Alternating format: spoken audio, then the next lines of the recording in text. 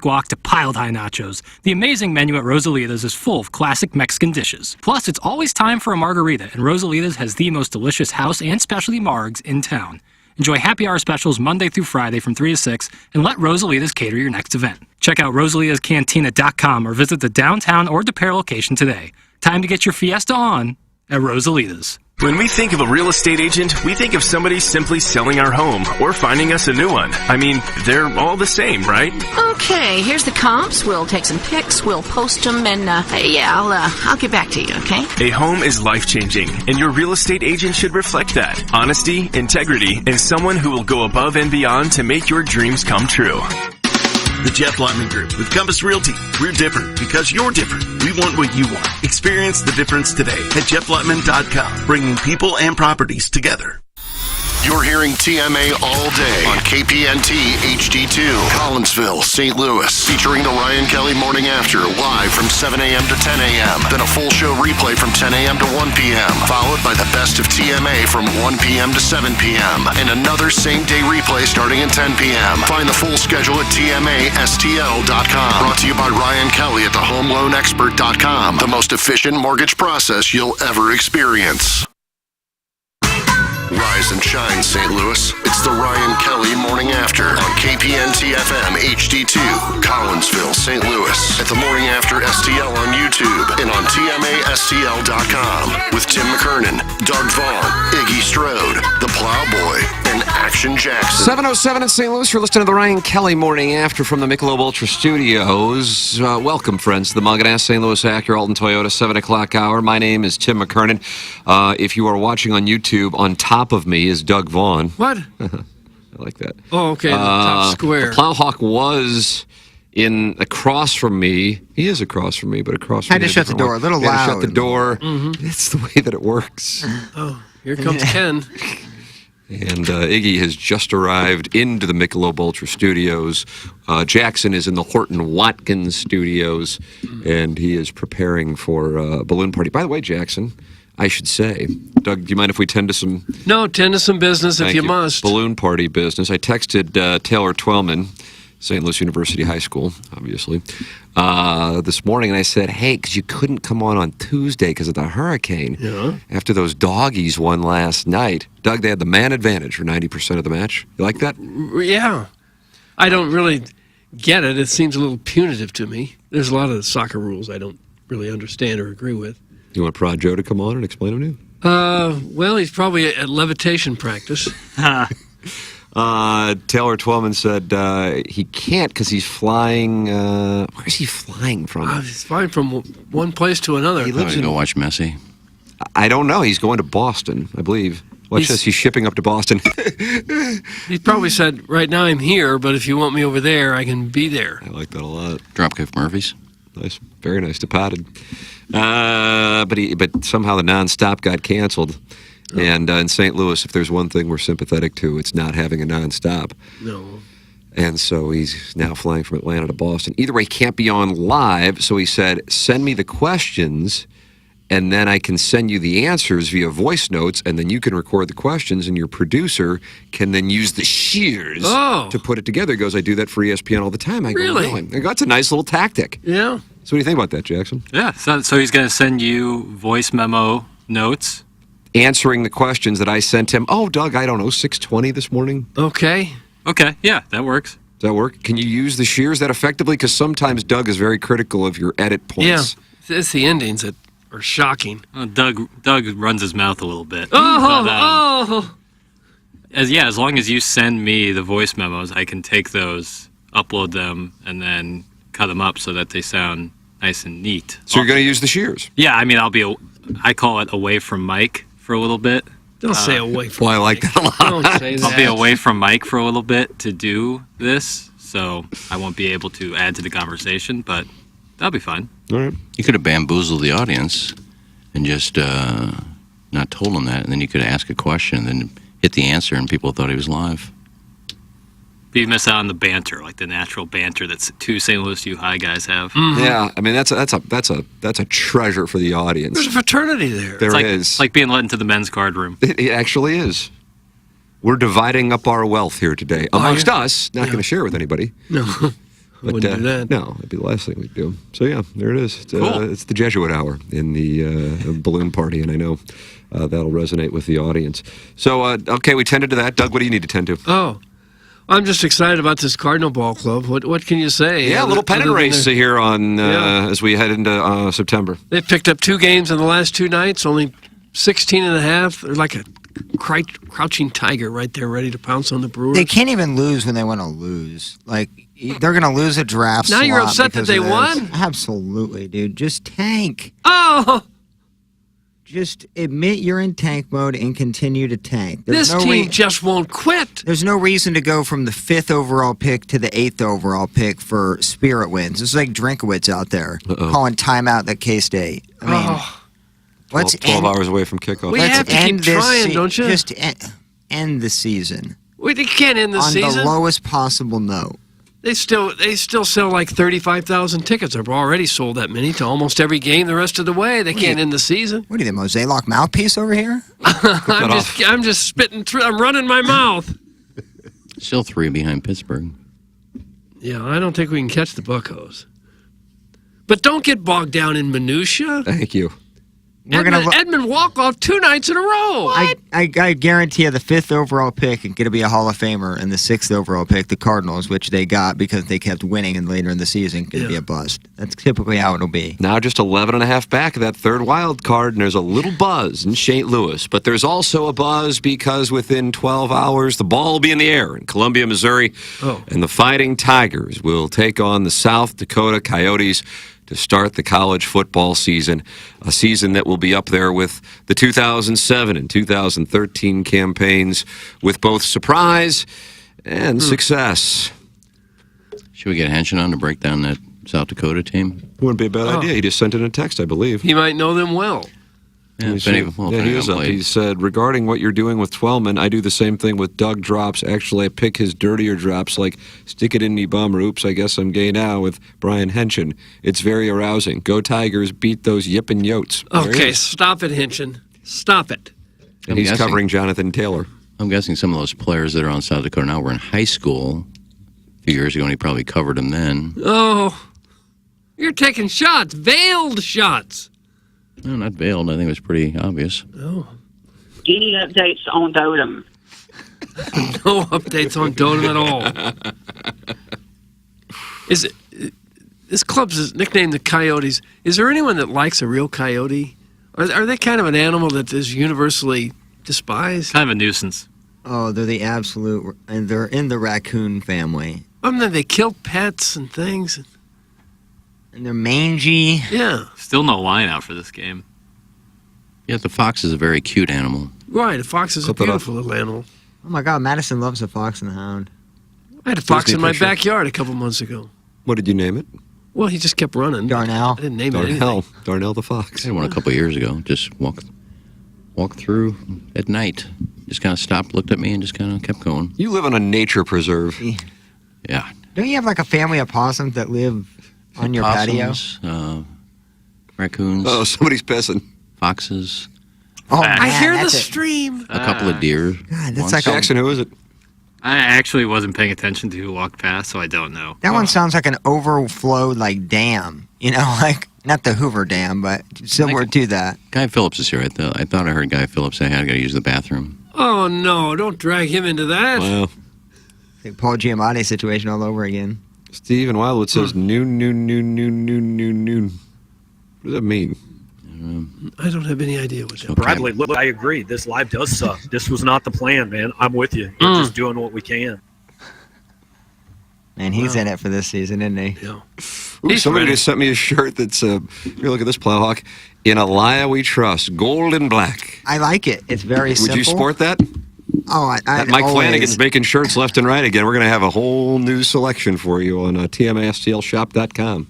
I think the drink thing has played out. I really hope Elia becomes like this season's, like that's what they call him and that's what they address him as. Cause drinking kind of blasé. They call the wind Elia. I like that shirt and I would definitely rock one. Would you? Oh, 100%. You going to go to any games this year? I've never been to Columbia, Missouri. Driven through it, driven past it, going out, through Kansas City, going out Colorado, out west. But I've never actually been to Columbia. Never been to the state. Never been to Faroe. So I would love to go. Well, we'll have to go some Saturday. I would agree. I'm not going to pay for a ticket. I'm not like that. Well, you got to I'm not that interested in But I would love to do the tailgate thing. I love the pageantry of college athletics, Doug. The pageantry. They're already forecasting Sappho's on October 7th when that little southern debutante Brian Kelly comes to town grinding upon recruits. Is he going to do that in TMA day at the ball? TMA day at Pro Field, absolutely. That would be fun. Is that man on the street stuff? I just live on Tiger Board. TMA at the ballpark minus Iggy. You would not go. I couldn't see Iggy going out the no interest in watching Mizzou play football. Wow. We could all stay in one hotel room. Together. I like that idea. Get little videos of that. Well, they're fired up on Tiger Board. I just went. It seems like you're playing like it's game day, says All Things KC. And then All Things KC has the next post, too. And then he typed an M. And then after that, he typed an I. And then after that, a new post, Z. See what's going on here? I do. It's my burner. Belly nothing. You're All Things KC. Yeah. Only thing I really see is a lot of that and time. little starter packs. Omnipresent. I see you're doing your tournament of burgers in St. Louis starting tomorrow. Yep, big day. Yeah, I wanted to do it on Mizzou home opener. I wanted to go visit all those places that I hadn't been yet. I'm sorry, there was my phone when I opened up the STL Starter Packs Tournament of Burger Showdown is what's being called. Some housekeeping before the voting begins, Jackson writes. Number one, round one will be today and tomorrow, the final 8. And the final 4 will take place on Tuesday and Wednesday of next week.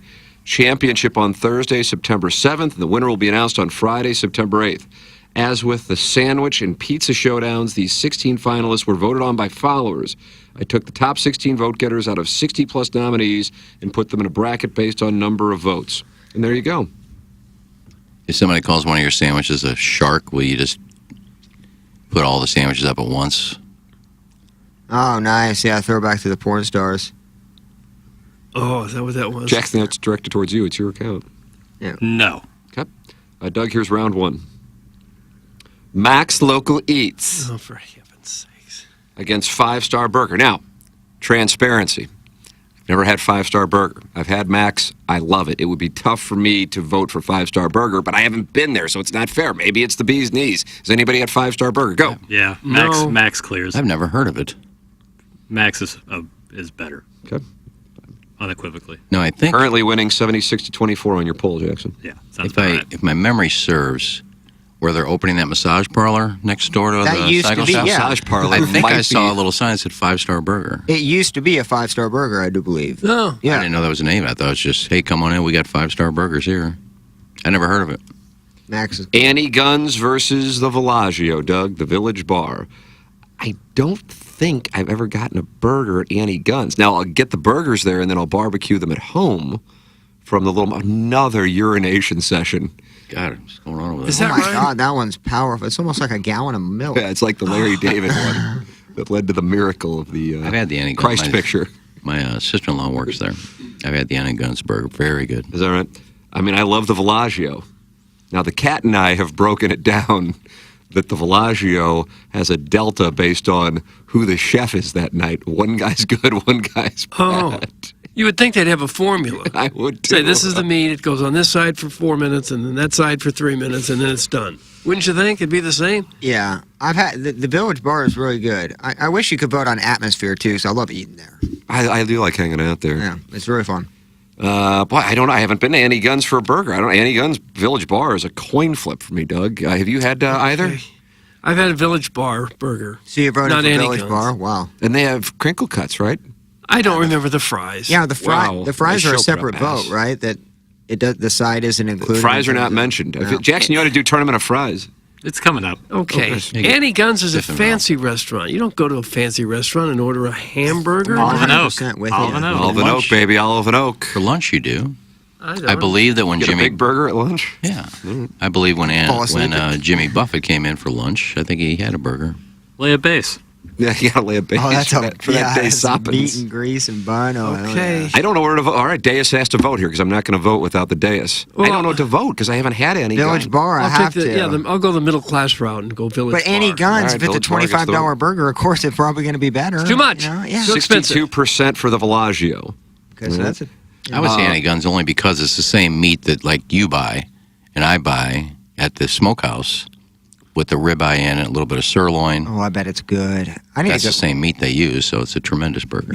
I know Annie Guns people listen to this, so if they want to bring in, we'll each have 2 this morning. So Okay. 10 burgers. I'll take the full deal without tomato, yeah. Otherwise, how are we going to cast a vote? Exactly. Now we got to vote on Stacked versus Jack Nolan's. Stacked is fire. Yeah, Stacked is fire. Where is Stacked?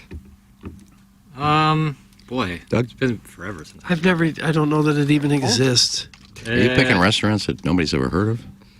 No. You have to do that to show that you're a real culinary genius. Well, just because some people don't know where it is doesn't mean everybody doesn't know. Some people like things. Some people don't like other things. It's kind of close to Soulard. Very close to Soulard. Right by the River de Perry Yacht Club deli. It's one of those really big style burgers, though, with like a lot of like extra fixins on it. Oh, Saban's and fixins? Some of these are hard to eat as a burger. They become too tall. Yeah, but if you don't feel want too strongly much about Stacked or Jack Nolan's? Yeah. I've never had Jack I've Nolan's. never heard of Jack Nolan's. I have in 2 my people rave life, about it. man. I don't know. I haven't had a chance. All right, I'm going to abstain. And Carl's versus Salt and Smoke. Wow. That's BS setup. Wow. That is a great first-round matchup, Jackson. That had to be fun for you and the committee put that together. I don't know where to go Well, with that. Carl's I is bet Carl's runs away with it because a lot of people don't consider Salt and Smoke a burger place. They always have Well, they got a ribs good burger. They got a real good burger. I've had a lot of people tell me that. But when I go to Salt and Smoke, I'm getting the burnt-end toasted ravioli, and I'm getting either the brisket, or I really like the pulled chicken. I feel like that flies under the radar. The bologna. Or the ribbies. Now, you love the bologna. I got to go I had that Carl's one either. because Carl's is my winner anyways. I don't need to hear the list. Carl's is my favorite burger in St. Louis. Well, how often have you been there? I used to go there almost weekly when we had the station over in Kirkwood. Really? I would say. And you it's could get been a table? I don't see the issue. I've never had an issue to where I've waited more than 5 minutes to try to get a table. Really? Typically, if it's that busy, I'll just order for pickup. But yeah, Technically- Carl don't play, man. Technically, there isn't a table. It's booths, yeah, or It's not even booths, it's just seats. stools. Stacked is in North Lime, by the way. Apologies. Thank you. Man, so yeah, I would. Carl's is man. They did put some picnic tables in the back if you want to sit outside in them. I'd sit in my Spring or car and summer eat or it like a fall. fat, sad, green dripping on my seat. Oh. Ketchup sitting in my center console. Jackson, I just sent you 3 Taylor Twellman audio files. He's answering the questions.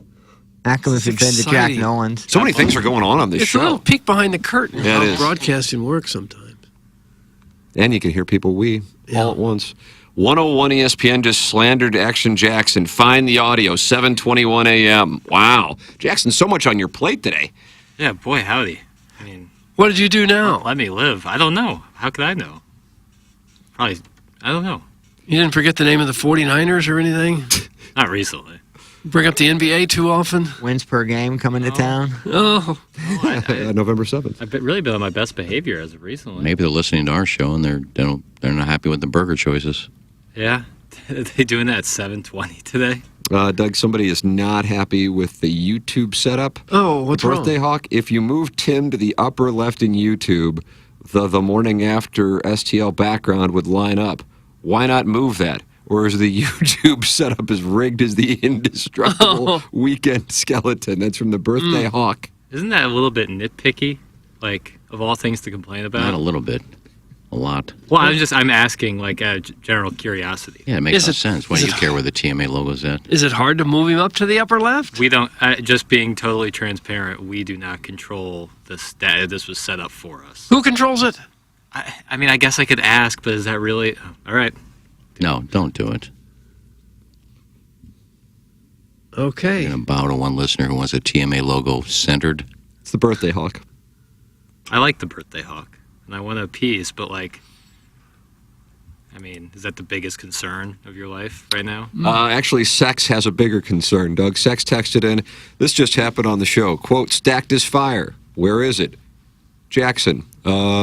It's almost like he's never been there before, Doug. That comes from sex. I didn't eat it at the restaurant. It was like a takeout situation. So. Ooh, how's the drive-through, Sitch? I didn't pick it up, so I didn't. Who picked it up? Herb? It was one of my buddies. It was like some oatmeal. It might have been. No, it wasn't oatmeal. Yeah, it's not Herb, right? Wasn't Herb. Herb wouldn't drive over there. Grief core through and through. Doug has the best camera by far. Only face you can see well on the show. That's from the Hunchback of Von Castle. Well, that's nice to know. What do you mean? Well, you They can't all see look the other fine. faces? They all look fine. Stop. The goatee's getting a little long. Excuse me? Your goatee's getting long? Yeah, I gotta shave it. Well, why don't you? Maybe I will today. On the air? No. Okay. Well, that was a fun topic while it lasted. Stacked is not by Soulard. Jesus, Milky. It's in the shadow of the old great St. Boniface. Thanks, Casper. That's from Home Sanctuaries, LLC. He called him Milky. Yeah. I apologize. I don't know what to tell you. Why would he call you Milky? I don't know. Well, my skin is super white. Milky Cabrera? Even though after Vegas, White Sox? I saw some color in myself. A bunch of teams. As much as I can have. Yeah. We're out at the pool all day. 10,000 degrees. Chris Raby is active this morning and says, 0 chance you've ever made a purchase at the Smokehouse Strode. Can't trade possum pelts from your depression den at a place like that. That's from Chris Raby. I could probably afford it if you paid me the $50 you owe me. Oh, why does he owe you 50?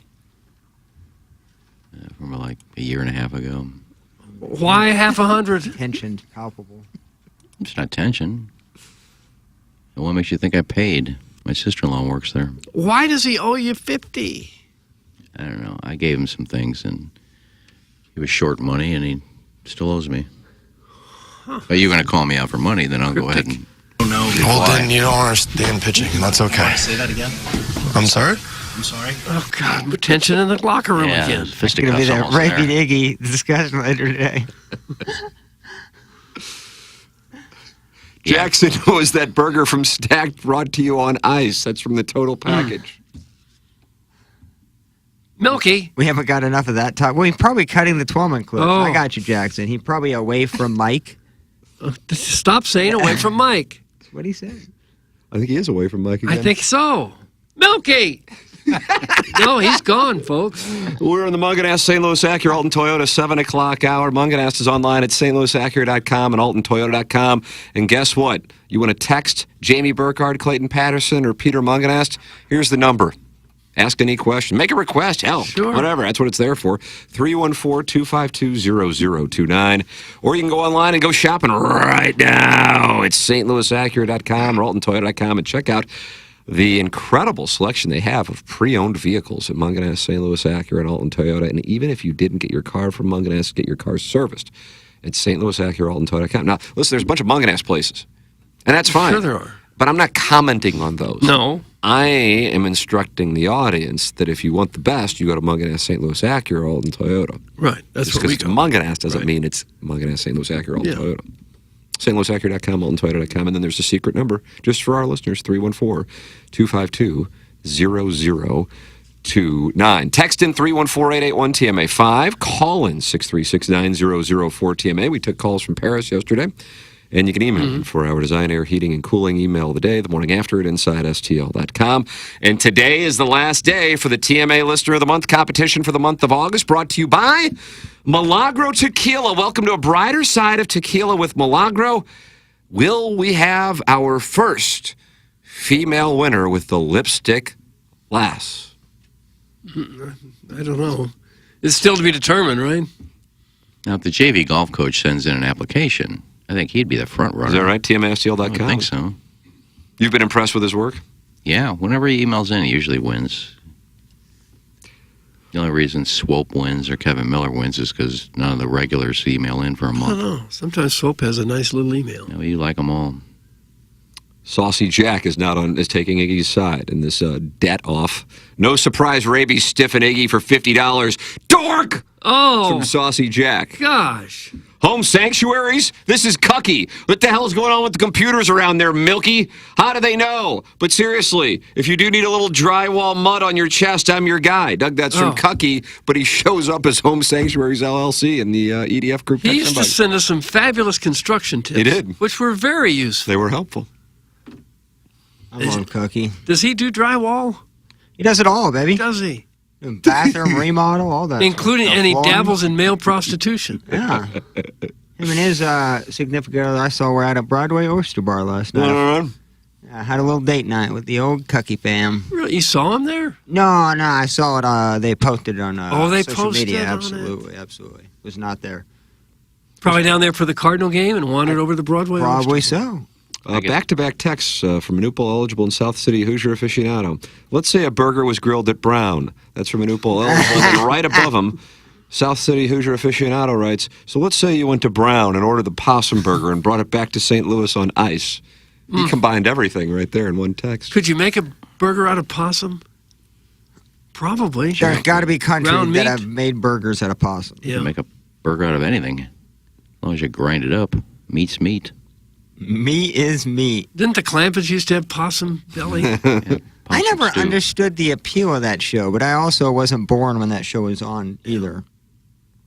Tried to watch it as a kid and I didn't get it. You didn't like it? You didn't like Beverly Hillbillies? It was like the #1 show on TV there for a year or two. I wouldn't say I have the best taste in like television shows. I try to be, but in terms of that, I didn't understand the appeal. Yeah. Did you know that Jane Hathaway was a lesbian? I have no idea who that is. In real life? Nancy Culp? I thought you meant on the show. No. No, she's tall, skinny. Looks like a librarian. Yeah. No, I didn't know that till now. But it's good information to have in my back pocket. You know, Jeffro Bodine, Max Berry used to date Christy Canyon. And he's still alive, too, isn't he? He is. Talked to him about a year and a half ago. Oh, you two are tight. No, not tight, but... He called you, probably. No, you can't get off the phone with him. You call him to ask him something, and he just talks for hours without stopping. Really? Railing about his casino that didn't get built in Lake Tahoe. Huh. Well, he would do some ciphering on that show. 246 episodes. Jane Hathaway was in on Beverly Hillbillies. Yeah. Well, she was a supporting actress, but she was in every show, I think. She tried to help Mr. Drysdale keep the Clampets' money with his bank. I think Max Baer is the only living member of that cast. I expect, yeah. Because Ellie Mae died a few years ago. Well, that came out in the 60s, right? So if most of those people were in their 30s and 40s at the time, some of them older, Buddy Ebsen, Irene Ryan, even older than that, they've been dead for a while. I think Donna Douglas is in her 20s. Yeah, but even that's been 60 years ago. Yeah, they all live to be ripe old ages of 80s. Yeah. Max Baer's got to be pushing 100. Well, this has been a depressing little segment. Some of our favorite actors and actresses dead, no longer with us. It was a great show. It was a super show. I still watch it on TV Land every once in a while. Flowsy doesn't care for it. I said it wasn't my cup of tea. Black. I think if you watch it now, you'd probably enjoy it. You were a kid. You probably didn't get it. Yeah. Yeah, maybe I'll rewatch that. It was one of those theme songs where everyone in the country could sing along with it. We all knew how to sing that song. That and Gilligan's Island. Because there was only like 3 stations, so everyone watched the same thing. Was there any sexual tension on Gilligan? I don't think so. I think they had a huge miss on that. I'm not saying make it like Sex Island, but... No, that wasn't the tenor of the... Yeah, can you imagine now if you had that show and you could put it on HBO and you could see Dawn Wells and Tina Louise naked? Oh, jeez. Dawn Wells beat out Raquel Welch for that part. That's impressive. Yeah. Although for the sake of the HBO special, I hope Raquel Welch would have gotten that one instead. She's gorgeous. Oh, yeah, she was. Number 1 all time. I think that Frank's number 1. Yeah, it's my number 1 all time. Yeah. Mm. I'll take Sophia Loren. I think that may be Frank's number 2. Frank has done a lot of these. Well, we're rating burgers over here. Frank, do you like chocolate bunnies? We are rating burgers. Okay. All right. Riveting sports talk. How did STLFC do last night, eh? That's from everyone's favorite They cock. Doug, we did touch on that at the beginning. Now we are on to our second topic, which is the Beverly Hillbillies. About 9 o'clock last night, I said, the soccer game's on. So I grabbed 2 or 3 remotes that I would need to get the TV turned on, and then HDMI 3, and then control the Fire Stick and everything. And 15 minutes later, I got the channel up, and the game had just ended. Why does it take so damn long? It's I don't know. Apple TV. Then everything's got to load and everything. Really? What do you got going on? I don't know. I find it to be the most convenient of the 3 local teams to watch. Yeah. By the time I get there, by the time everything loads up, it's every bit of 7 or 8 minutes for everything to come on. Doggies were looking like they might miss a golden opportunity. Would have been a very costly draw with the man advantage. Yeah. And what did the guy do to get thrown out? The goalie touched the ball outside of the penalty box. Red card. With his hand? So that's correct. So, yes, with his hand, I'm sorry. So backup goalie had to come in, and they had to lose an attacker. So there you go, man advantage. That seems kind of. But they had a better opportunity to score, really, than the Doggies did. So it really could have been down 2-0 before they got their first goal. The Doggies, that is. So a goalie touching the ball out of the restricted zone is like the equivalent of like targeting in football. Well, it's even worse because you don't lose a player in football. I mean, the guy who did it's got to leave, but you get to replace him. That doesn't make any sense. I mean, if a player touches the ball inside the box, they get a kick. If the goalie touches outside the box, he's kicked out of the game? It does seem punitive. I know. I see. It's a very aggressive rule. Yeah. Whoever wrote that must have been really angry that day, just pissed. Yeah. Why don't you just send somebody off for like 10 minutes or something? The rest of the game, it could happen the first 2 minutes of the game. I know. There's another rule that needs changing. They never seem to ask us. I'd get rid of that offsides rule in a second if I was a soccer czar. Guys, I haven't heard any Joey Zanaboni calls lately. Is he still doing the games? That's from Eric in the Central West End. Jackson says it's tough to get those calls. He is. I heard him on another station this morning, yelling and screaming. Although he yelled so much, I couldn't really tell what had happened. But it sounded good. It sounded very good. I assume that they scored. Roman Berkey! Love that. Yeah. And they keep selling out, right? Every game sold out? Yeah, absolutely. The atmosphere is ridiculous. Imagine what it's going to be like when the playoffs come to town. How do you do? Well, it'll probably be the same. It'll be the same group. More intensity. Tough stretch, though. 4 of 5 on the road. Got LAFC coming up here, and that's who they're going back and forth with now. A 7-point lead in the Western Conference. LAFC with a game in hand. Doggies head right to Kansas City, Doug, on Saturday as they try to shock the world and win the Western Conference. Huh. Well, I think a lot of us looking at the rosters before the season ever began, we knew this would be a good season.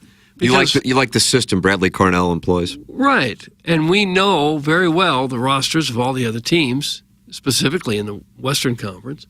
So we could, those of us that consider ourselves soccer gurus, we knew this was coming. I did. And are there guys who kick with both legs? Yes. I can't believe that was. Can we revert back to that? That was actually asked on a national radio show to a soccer guy. Are there guys that can kick with both? Well, they do have a dominant leg. If given a choice, most of them will kick with the same leg every time. It's almost like asking a basketball player, are there guys that dribble with both hands? Well, it'd be more like, are there guys that can shoot with both hands? Hey, guys, for Dogs home games on Apple TV, you can change the broadcast audio to Joey Zanaboni. Thanks, that's from the Veiled Prophet. Can you? Yeah, you can. Well, that option I'll is try to there. do that. It ends up off the far wall, scooped up by Lawal. Sprung here with Sanchez. This is a lacrosse. Motorcycled cross turf to Asqueta. Down low, great ball. A Frank in front. Oh, Willis K! Something happened. Stiffing it out like those airport dogs did with my cutlery set. With his cutlery set? What? Wait, don't you get it? Something big happened there. It was either a save or a goal or a sick play. Yeah. You pick which one. Even the color analyst is screaming now. That was Rockio. I think this That was like, Matt Rockio? Matt Rockio? This is the indoor soccer game. Yeah. So some of the call-ins that we have here are from the, I forgot what they were called. The ambush. Thank you so much. The ambush games. Is Rockio still the color guy for the indoors? I would assume, yeah. Really? Why wouldn't you be? He should get a raise. Dude's killing it. Girl, you be killing them. You be killing them. Tim, as the temperatures cool and the playoffs approach, do you think there will be more tribbing downtown in the near future? Thanks, that's from Scott's Wrinkled Ballsack. That's not a good question. But unfortunately, it's not from his wife, so it seems like he's just kind of fantasizing via his phone this morning. Soccer is the least likely sport to... You think so? Man, I'm telling you, every time they pan in the crowd, it is a young crowd. It is people in their 20s and 30s by far. Anybody else watch? I'm not trying to put anybody on the spot. Don't you think? Every now, sure. It really is, Crowd, which is a great thing. Young, energetic. I mean, it's just a hell of an atmosphere. It's a scene, man. It's a scene, man. Is that what they call it? Why would you say that to us? They need T-shirts with doggies. It's a scene, man. That's where you hang out. Something new. Yeah. The kids haven't been there. The youngsters, the 25, 30-year-olds, something new to go to, and atmosphere is great. And Yeah, the stadium's cool.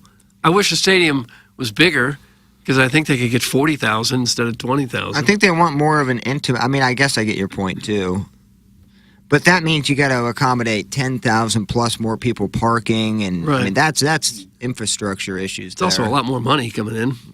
Well, but they don't have much space. There are some teams that don't draw near what St. Louis draws. No, not even close. Doug, this just came in. I don't know what it means. Hey, pale. I know you're reading this. You walking or riding tomorrow. That's from the recovering alcoholic from Belleville, Webster. Now they're calling him pale. I'm playing Chase with him this dough and get money. Playing with him tomorrow. Where are you ball striking? Log? Glen Echo. Oh, nice. Oh, yeah, it's a nice course. Probably ride. But does he belong there? I don't believe so. They have reciprocal privileges to some other clubs. I think like Missouri Athletic Club, I think if you belong there, you can play at Glen Echo. Mm-hmm. Yeah, I'll walk today. Playing today, and I'll walk today. Oh, look at you. Just 9 at Forest P. Well, which track? Hawthorne. Oh, Hawthorne, okay. Yeah. Easy walk. It's almost like, I feel like if you don't walk, you're doing yourself a disservice because it's so easy to walk. Beautiful day for it. It's been beautiful all week. Yeah, trying to get as much golf in this week as possible. Yeah, I want to go today, too. A little chilly this morning.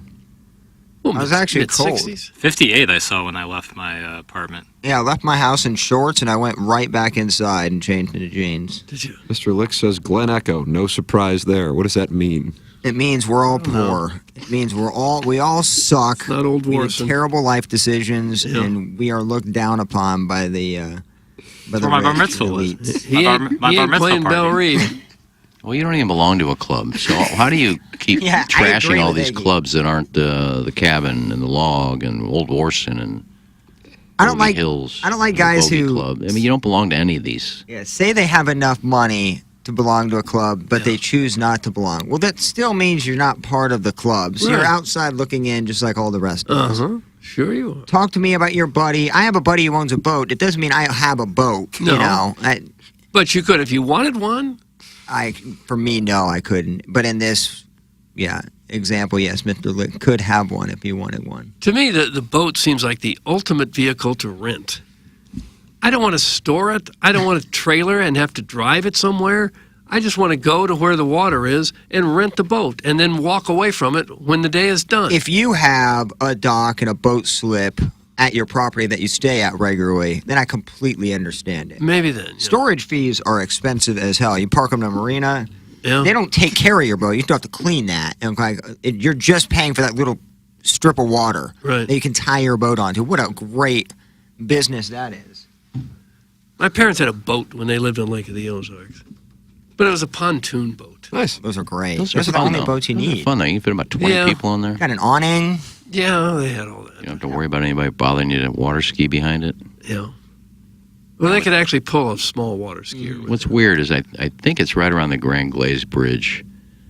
Then you got the boats and the slips, you get the Evan Roods, whatever. Then you go right around the corner and you see the bushes. It's like a shrubs. humongous yacht out there. Yeah. That's just too Why don't much we get a fun. yacht? I guess we can call Ryan Kelly and see if he could finance it for us, Doug. I would imagine he would say that's a good move. And he's online at thehomeloanexpert.com. He generally finances homes and not yachts, but I guess if you were to live in the yacht, that would be your home. Exactly. Sure. So if you have a yacht that you would like to buy and turn it into your home, give him a call. Give the home loan expert a little jingle, and he'll try to figure something out. If you're even thinking of buying a home or a yacht this year, the process not as complicated as you think with the home loan expert. They make the pre-approval process very easy. Get pre-approved today, the day you call in, and they'll also provide a lower rate with a 10-day closing guarantee. I'm not sure anyone has ever called the home loan expert and say, hey, I want to live on my yacht. Can I finance? But, now that I think about it, I bet they have. Somebody probably has, and they would take care of you for any kind of issue you might have. Lenders do have different rates, so you need to rate shop, and the home loan expert has rates that cannot be touched. Their customer-first approach to mortgages is what separates them from the competition. They'll walk you through all your options and provide expert guidance at every step, ensuring that your loan, house, or yacht closes as quickly and smoothly as possible. Thank you, Ryan Kelly. Thank you, Sir Mortgage. The website again, thehomeloanexpert.com. Well, Doug, everybody saw it yesterday. People gathered around. It was a ball-striking clinic at Family Golf. The weather was perfect, and I went out there and got some work. And, the turf optimal. What did I start? I think I started with a 7-iron. Oh, did you?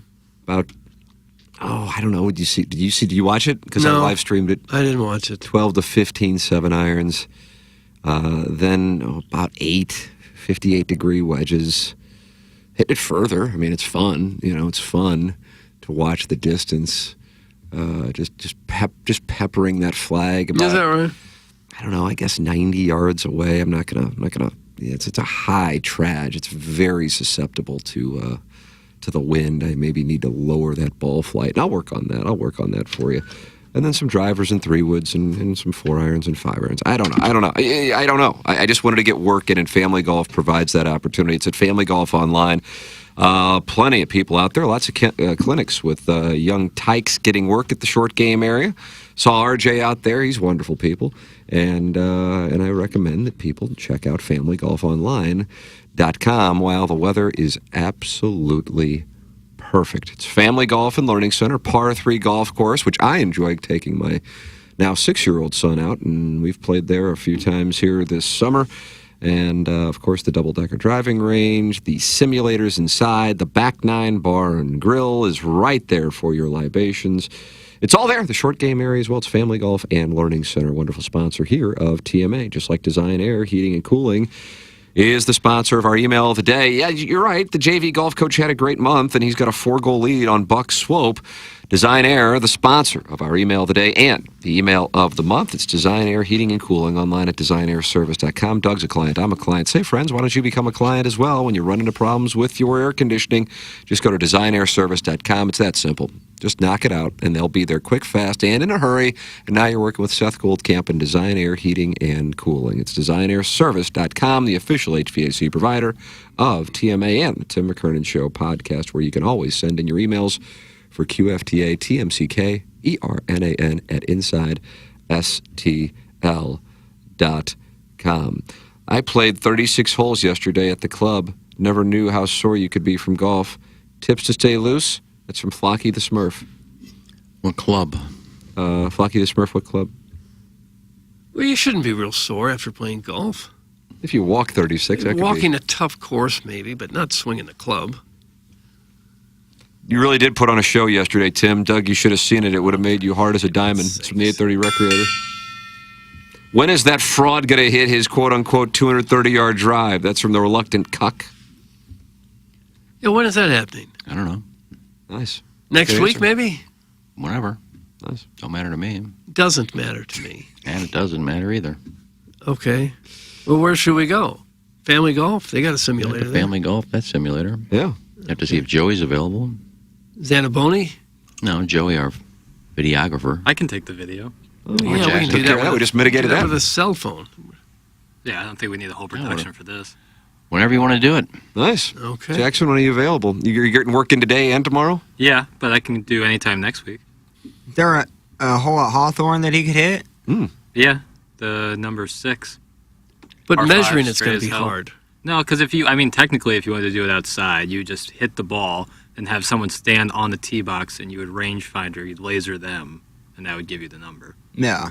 I don't think it's that difficult. Yeah, that's what I said at Gateway. You just, say we played 1, you just hit your range fire to the front of the bunker. I wouldn't do Gateway. And then wherever the ball ends up, go from the bunker to the ball and see how far it goes. But, I mean, if we go... The simulator takes out all the... Yeah, if we go to Family Golf, the simulator factors. tells you exactly how far it goes. Mm-hmm. Yeah, Bobby Gateway Gauss, with the Adam wind. Betts. I'm sure they'll all be They can all watching. gather around. I'll be watching.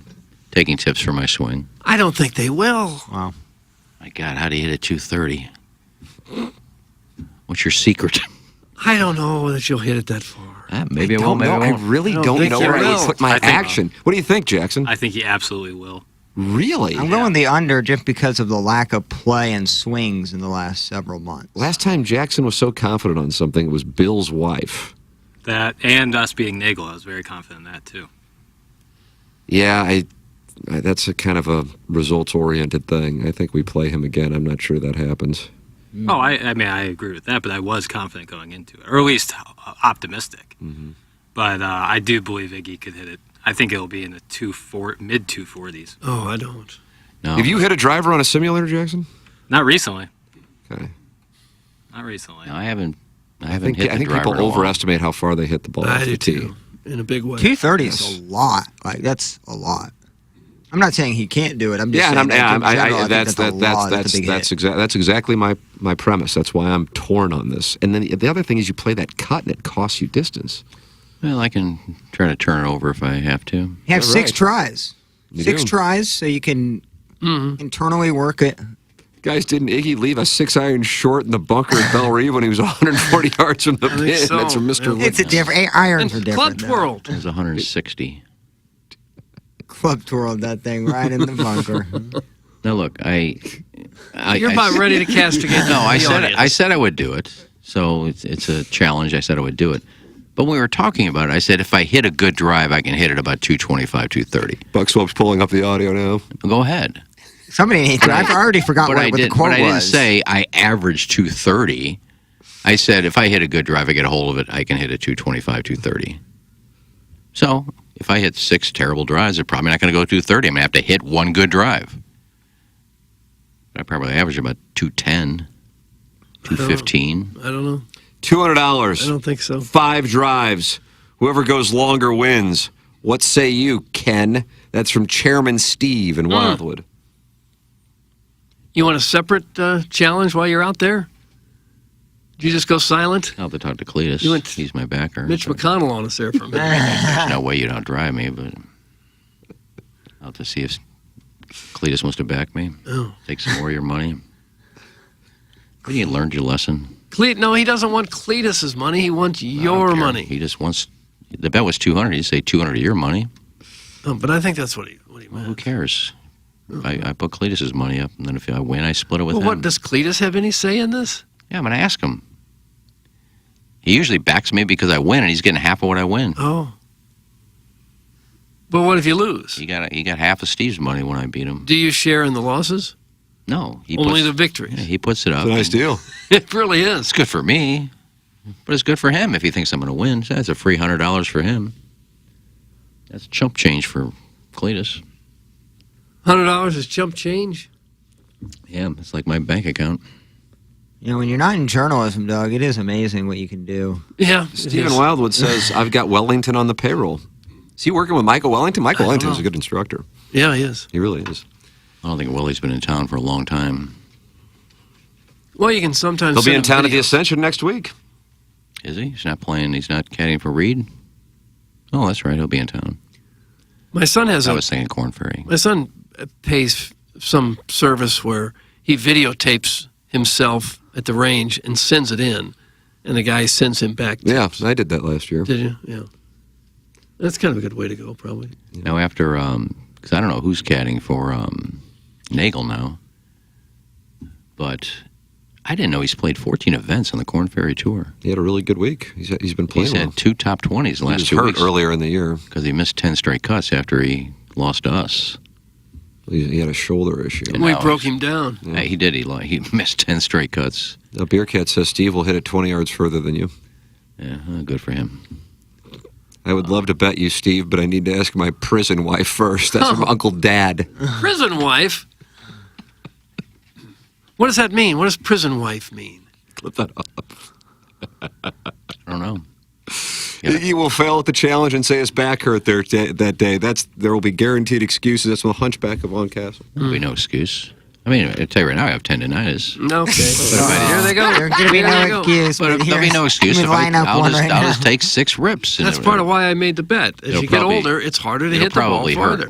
When I go to bed that night, it'll probably hurt a little bit, but it's not going to hurt when I hit the ball. All that adrenaline from all the people watching at the simulator.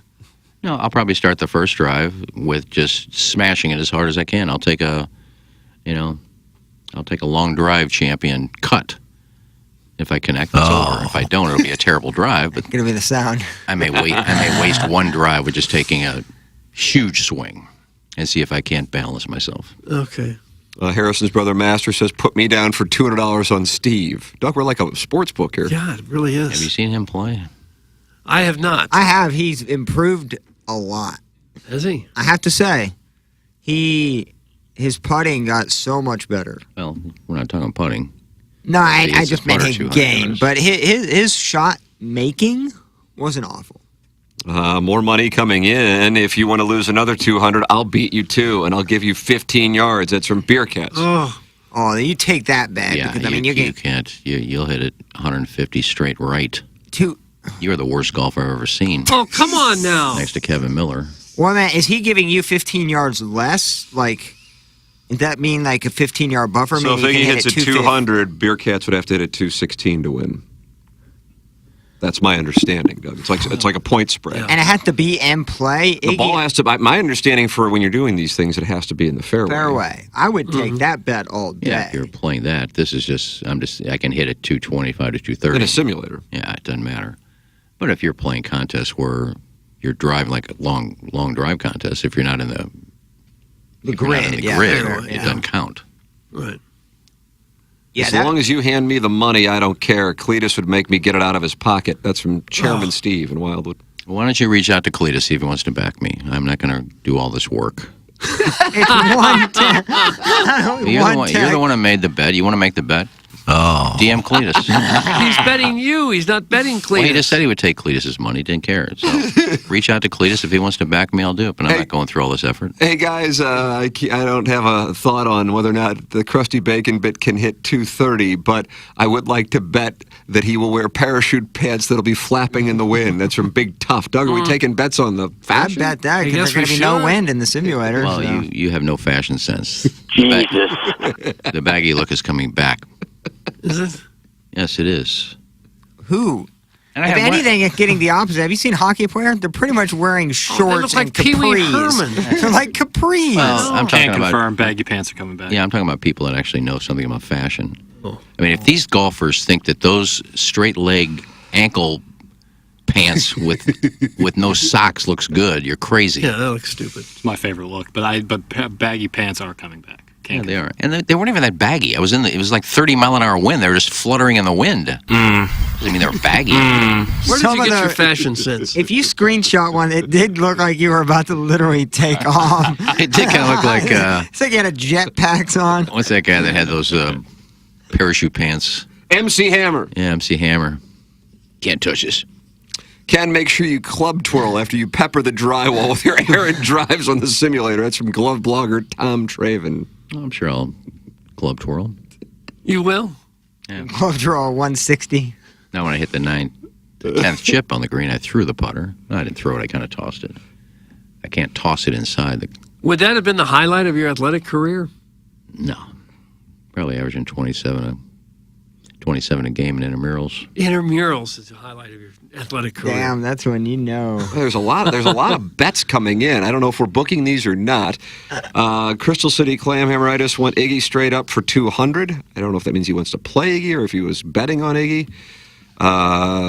Guys, Licks is a poor. I'm listening to yesterday's segment, and he confirmed it. He bought his daughter a Barbie dream house and he put it together himself, and then he geeks out over finally meeting a celebrity like Gretzky, there is no way this guy has real money. That's from Big Saggers. I agree with that 100%. What about pink and gray shirts with a picture of Henry Winkler on it? Or those, quote, coming back? That's from Gummy. Hey, what is it? TM. Hey. Not coming back. That never happened. It's so much fun. I'm amazed at the amount of time a 20 handicap spends on this show telling us how great he is at golf. I repeat, a 20 handicap! That's from Nathan from the east side of Alton. Well, said how good I was. I've said I suck at golf. Why don't you listen to the show? I don't think you said you suck. I've said a lot of times I'm terrible at golf. I don't know. In the air, left field, and gone. I never said I'm great. I just said I could hit a ball 225, 230 if I get a hold of it. We'll see. I don't know. I also said I could get 9 or 10 on the green, and I did. Did you see that one? Oh, there's a lot of controversy with the listeners with that one. Yeah. I think you It was a did. 40-yard shot. I've seen the video. Yeah, No you less see than it 1,000 9 times times. a day. You can't miss it. It runs almost nonstop here at the It's station. literally on a loop out there. It's either me or Plowsy running. They're back to back. Who And controls that? mine is very unsexy. I got a tube sock tied around my head. I have long. It's just not a good look for me. Knee-high socks, a dart hanging out of your mouth. Challenging a geriatric yellow toenail to a long drive contest is not the flex these losers think it is. Drink bleach, Steve. That's from Rory Pepperpaws. You call him a yellow toenail? Who would he call that to? It would I think that was you. Me? Yeah. I got nice feet, actually. Mr. Lick says, I'd like to bet he hits it 190 and then says he has tendonitis. So that's where he's very specific on. That's a prop bet. Well, I've already said that I have tendonitis, but I'm not going to, if I don't hit it 230, I'm not going to say, well, if my shoulder didn't hurt, I probably could. No. Why can't Ken just put up some collateral from his FEMA trailer instead of relying on a $2 bottle of wine-guzzling bi-curious financier? Put up your crusty Playboy magazine /end table, some real blue mountain coffee, or maybe even a random assortment of 17 expired chocolate stout beers. That's from Carlos Spicy Winner. That wasn't the bet. God, that'd be so funny. You walk into the simulator. He has a bag full of Playboys and 2 bowling balls and that's the bag. Patio furniture. Would you at least put up your patio furniture? Why would you want it? It's covered in goose crap. Oh. And possum. Whatever the hell flies over my Possum apartment every entrails. day. Well, that wasn't the bet. If somebody wants to bet me, they put up 200 and I put up my Playboys, I'll do that in a second. Because you've been trying to get rid of those. Yeah, so I guess at least 200 if I lose. At least I get rid of them, but I got a chance to win 200. Yeah. I can't just throw them away. You just Why don't, not? You just don't throw away Playboys. Just pitch them. No, you can't. Why? I love how like, you can't just throw my eyes. You absolutely can throw away your old daughter's magazines. first art project. They're collector's items. You can't just They're throw it away. not. It's no longer difficult to see a picture Somewhere of a naked girl. somewhere in there is Anna Nicole Smith's final pictorial. Nice. There's a Farrah Fawcett one in there. Then why do you want to get rid of them if they're so valuable? Well, because they're cluttering up my closet. Wouldn't it clutter up someone else's closet? Well, they may want them. That no one wants these. They may display them. Who's going to display them? You'd look like a complete creep. I got a Katerina Witt cover autograph to me in there. I've got hair that people would die to have. Yeah. Well, you just can't throw them away. Well, I think you can. And you wouldn't miss them. I think I got the Vanessa Williams penthouse one in there, too. Okay. I mean, that one, that's almost like the tobacco beanie baby. Nope. You are proud of your pornography. Clip that off. Email in the morning after at InsideSTL.com. Design, air, heating, and cooling email today, 9:45. We're going to use the shears to put Taylor Twellman interview together. I asked Jackson how strong he feels about today's half and half. He had a nice bounce back yesterday after a tough one on Tuesday. So he feels good about it. So we're going to play the Taylor Twellman interview at about 10:45. Is that correct, Jackson? Is that all accurate? Yep, and everything's chopped up and ready to go. Yeah. You guys can get out of there. Well, I got to record. I got a voice track. Oh, okay. Okay. Gotcha. I thought you were just going to do it. What do you got, a voice track? I guess I don't have to. I can just ask the Just ask question. the question, and then the answer will... And hope that someone you hits sent the them the right questions, lever. right? What's that? You sent them the questions, Yeah, I right? did. Yeah, so just read the question, then play the answer. Then I thought we could play it. Well, you can voice track and get out of there early if you want. No, it's not about getting out of there early. I got a meeting at 11 o'clock and a sound story at 11:30, but I just thought that's how it would go. But hey, you know what? Doug, in the whole scheme of things, that chocolate stout would be almost 5 years old now, probably as valuable as those dumbass Playboys. That's from Beer Cats. Doesn't sound like he's interested in it. No. Playboys were something before the internet, when it wasn't so easy to see a picture of a naked. You can, but it's the actual magazine in your hand. If I have a magazine in there from like 1954 that's nobody has anymore, and it's probably worth $1,000. To who? I'm just throwing out a hypothetical. You think it's the same if you just go look at it online, say, hey, I looked at it. You want to give me $1,000? I'll let you see it. No, but if you're holding the actual magazine, it's like a baseball card. Why don't you throw baseball cards away? You can go look at a Honus Wagner on the internet somewhere. Did you say Honus? I say Hannes. Well, I say Honus. Well, his name was Johann. All right, well, Johannes that is Wagner. a terrible question. Yeah, I'm just throwing this T206 away. I can see it right there on the internet. You're throwing what away now? A T1? That's a question. I think the Honus Wagner expensive card is, I think it's a T206 tobacco card. I think it's like $450,000. T1000. Well, that's just different. Throw it away. You can see it online. That's like artwork or something. Well, what do you think a Playboy is? Pornography. You want them. Why don't you just don't admit you want them. Tell me off the air. No, I don't want them at all. I can feel the pent-up aggression that you desperately want all of the pornos. How big of a creep would you feel if you had them all over your house and guests came over or something and saw that? They're in a box. A lot of people display the covers. They get them framed and display the covers. Who? You say a lot of people. I've never one time seen I'm sure that. there's a lot of people. I've never seen it anywhere in my life. I was thumbing through them the other day. Saying, look at that. I forgot Nancy Sinatra got naked. That the number of people asking me to take my shirt off, if we're being honest. But hey, do appreciate you guys being here and being a part of it. What if the Gers lost tonight? Oh, please no. And the Colonel went live post game. Can you even imagine? Oh my God! I wish that drop, this drop, would be like a T-shirt just quoted by Gay, like all the questions he answered. Yeah. No, I will not take my shirt off. He may if they lose tonight.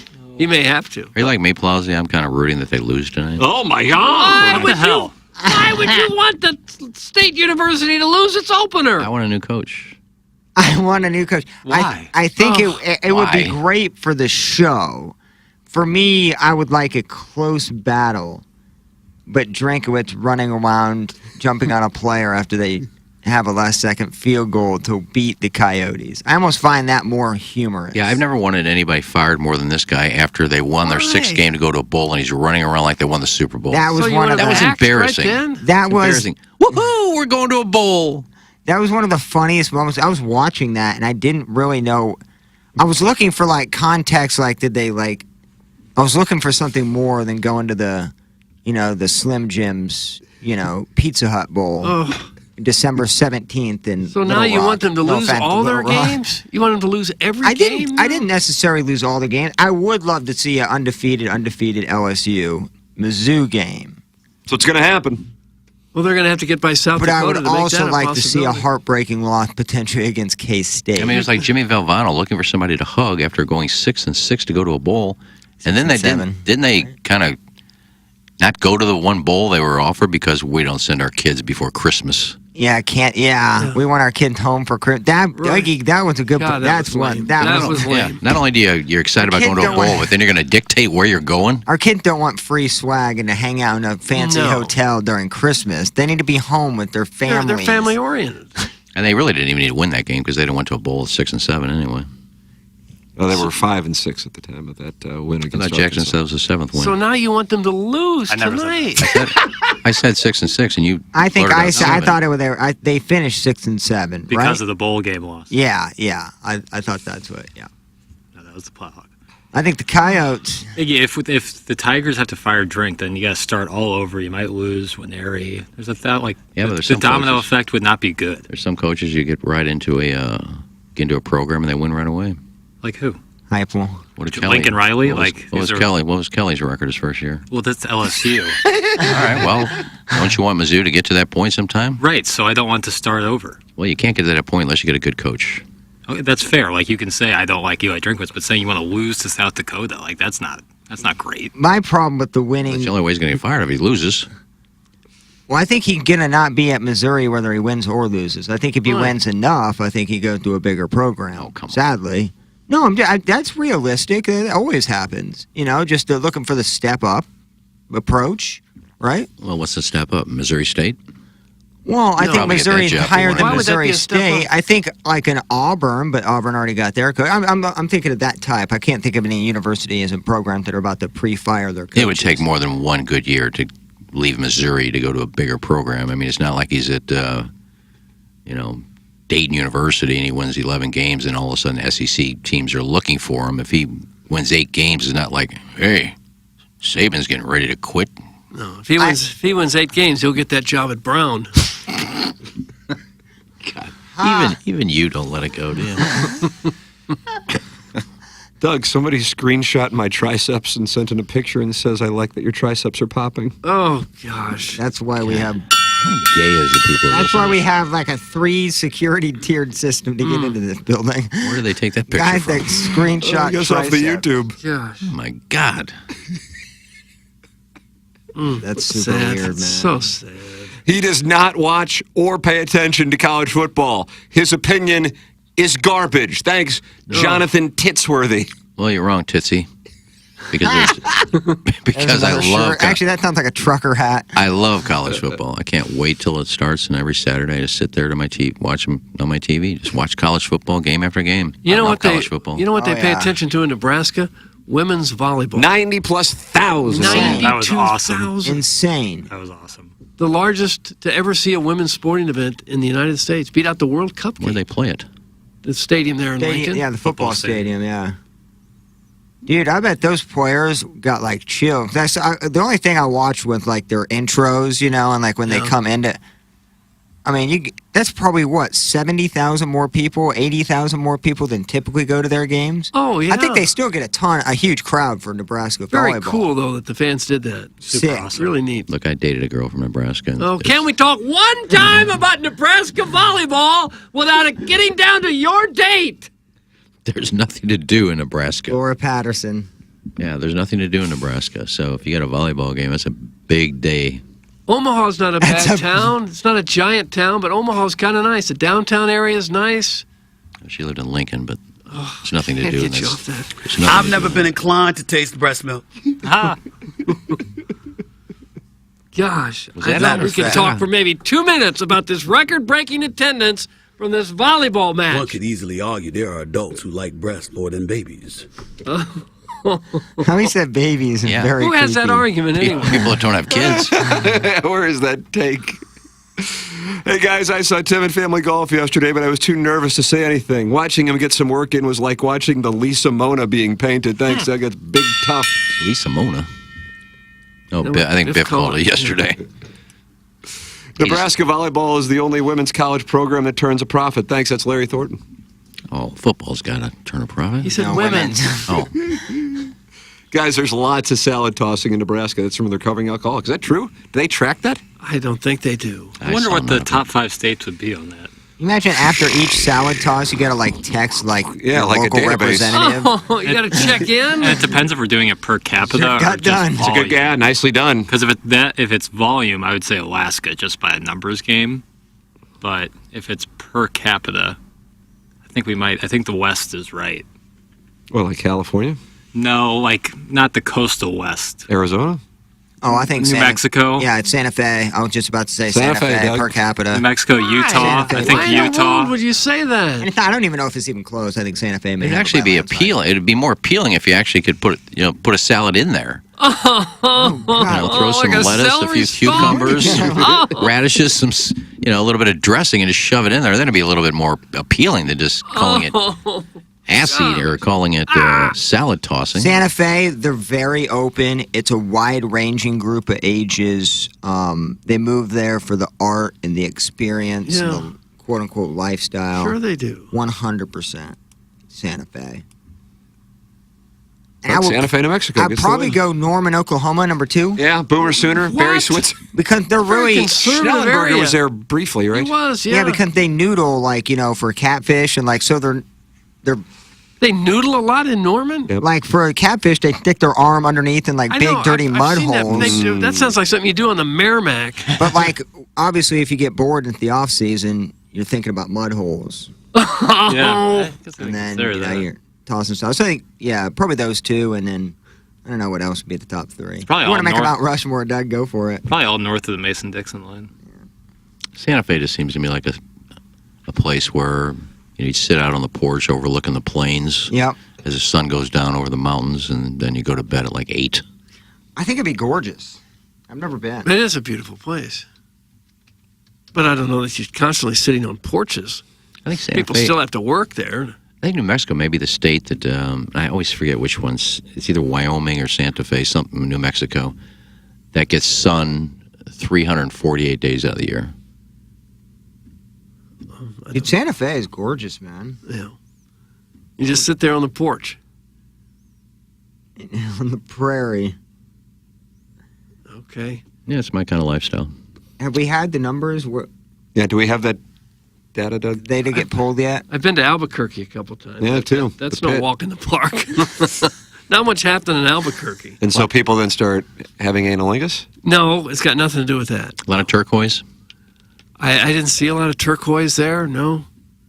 I'm sure if you went looking for it, you could find I it. used to have a big turquoise bracelet that I wore. Nice. It was so gaudy looking.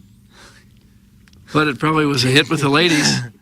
Just like the Rolex on one wrist, It was the in style turquoise back on then. the other. In style back then. Mm-hmm. Do you want to support the EDF Group as a sponsor of TMA? It's real simple. Do you have a fire extinguisher where you work? The answer is yes, you certainly do.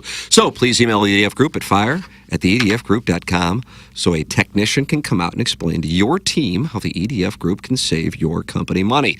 Again, that email address is fire@theedfgroup.com. The EDF Group is hot and will prevent your facility from having hot fires. Experience the EDF Group difference. Learn more at the edfgroup.com. Watch the program at youtube.com/TMASTL. 228 Friends of the Feather are in there, and they're talking it over right now.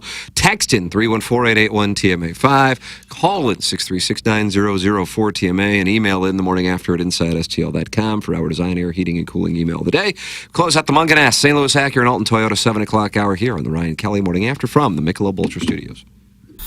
You're hearing TMA all day on KPNT HD2, Collinsville, St. Louis, featuring the Ryan Kelly Morning After live from 7 a.m. to 10 a.m. Then a full show replay from 10 a.m. to 1 p.m., followed by the best of TMA from 1 p.m. to 7 p.m. and another same-day replay starting at 10 p.m. Find the full schedule at TMASTL.com. Brought to you by Ryan Kelly at thehomeloanexpert.com, the most efficient mortgage process you'll ever experience. If you're like most folks, you probably thought about buying a new home. Maybe it's time for something bigger. Maybe you want a different neighborhood. Or maybe you're just ready for something new. Don't let today's mortgage rates be the reason that you don't make the move. At thehomeloanexpert.com, we already have some of the lowest rates in town. And when they drop, we will refinance your loan with no lender fees to get that payment nice and low. Get started on your new life today. Thehomeloanexpert.com. The Home Loan Expert LLC, NMLS number 1326241. The Tim McKernan Show podcast, featuring long-form interviews with people from the world of sports, politics, and entertainment. And our guest today, Bill McClellan. Thanks so much for coming in.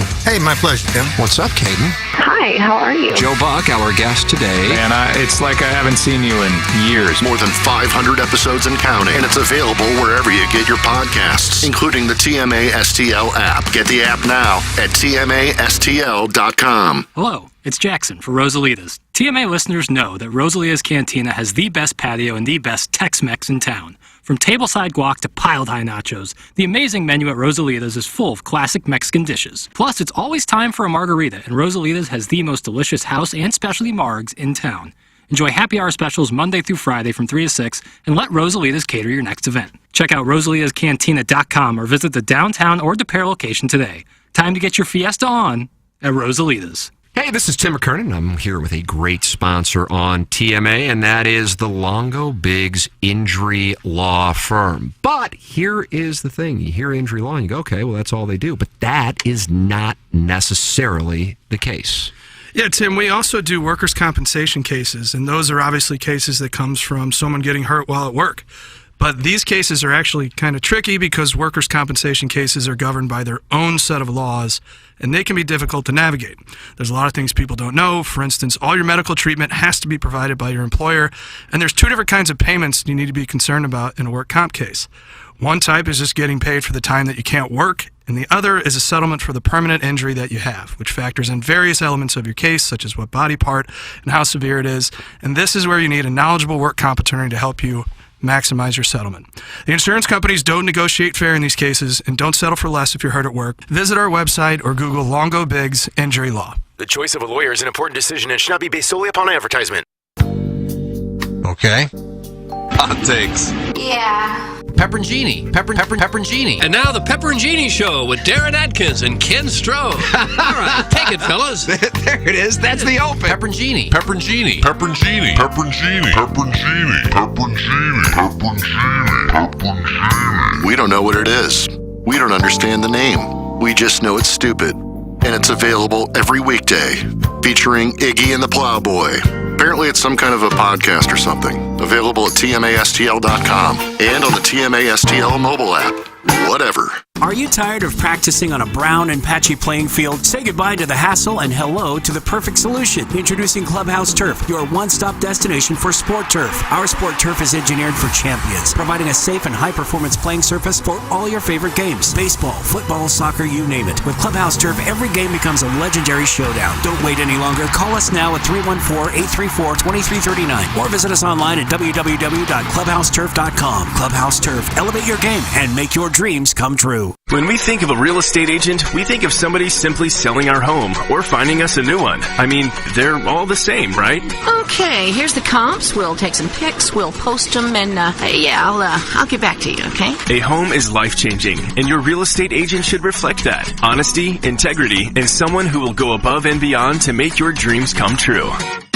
The Jeff Whiteman Group with Compass Realty. We're different because you're different. We want what you want. Experience the difference today at jeffwhiteman.com, bringing people and properties together. Hey, if you like the morning after, check out Balloon Party on 101 ESPN. HD1, by the way. It's sports talk with Tim McKernan and Action Jackson from 10 a.m. to 11 a.m. each weekday, right after the morning after. It's the worst named show in the history of radio, but the content's pretty good, so check it out on 101 ESPN or get the podcast on the TMA app. Here's Action Jackson with 3 more ways to get TMA content. Watch TMA on YouTube. Click the bell to subscribe. Download the podcast. Find it at tmastl.com or wherever you podcast. And check us out on TikTok at TMASTL. Thanks, Jackson. It's the Ryan Kelly Morning After on 105.7 FM HD2.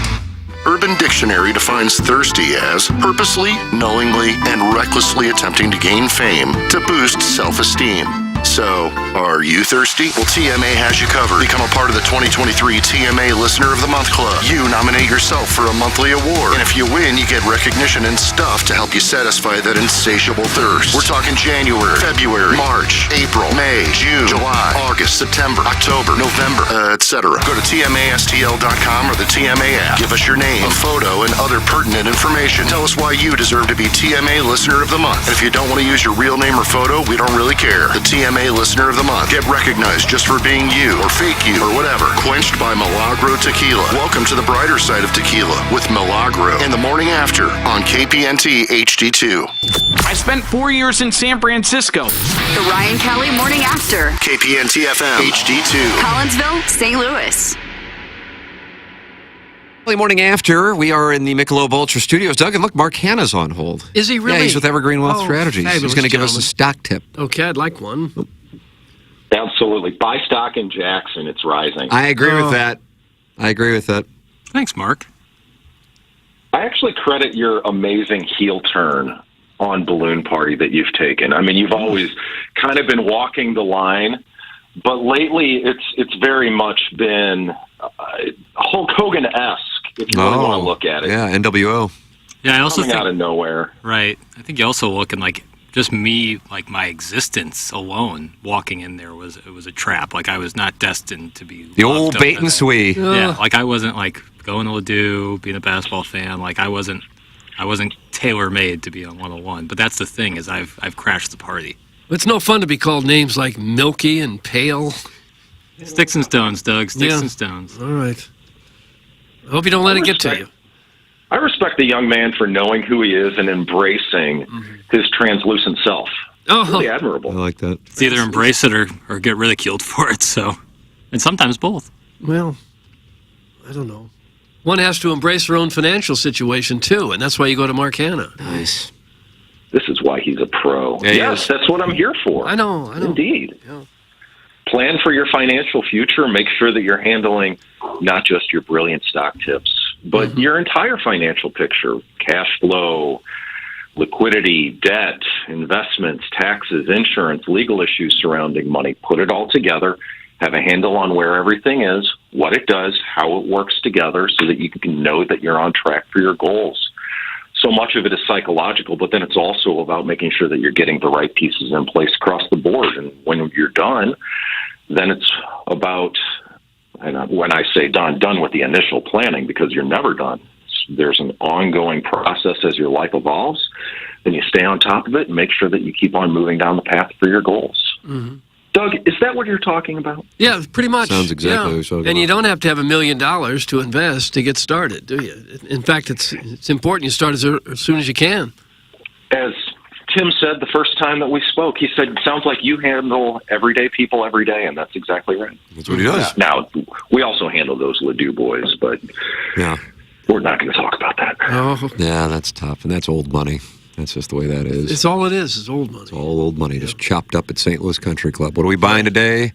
What are we selling today? Who are we destroying today? That's the three questions. All right, let's go get some work in out on the polo fields. Your ancestors were probably very successful fur traders here. Is that what it is? Acquisition high. That's what we call Ledoux. Acquisition high.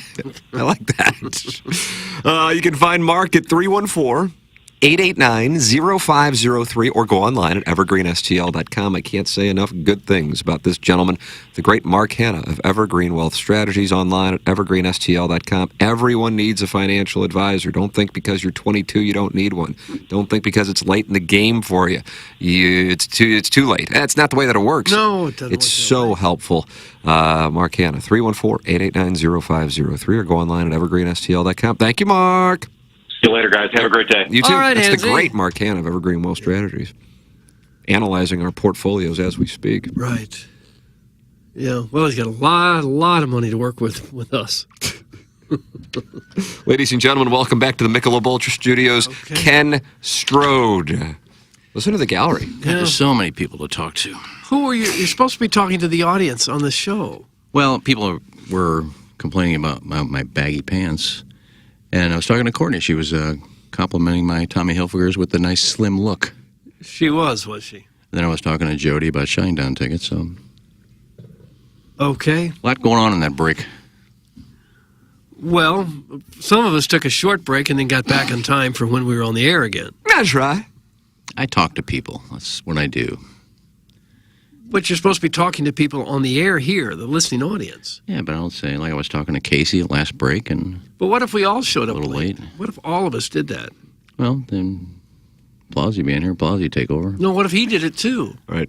Well, just play a long enough break. We can stay out. I'll stay out for 10 minutes. Oh, for heaven's sakes. Pretty simple. Doug, it is now 10 and a half hours away from kickoff in Columbia, Missouri. And they're starting to gather to tailgate. They are? This is it. You know, you win this one. You can't win them all if you don't win the first. Right. And Eli Drinkwitz is hoping to be able to utilize both Sam Horn and Brady Cook tonight. Here is what he had to say about the quarterback situation. Okay. And using two quarterbacks in the first couple of games.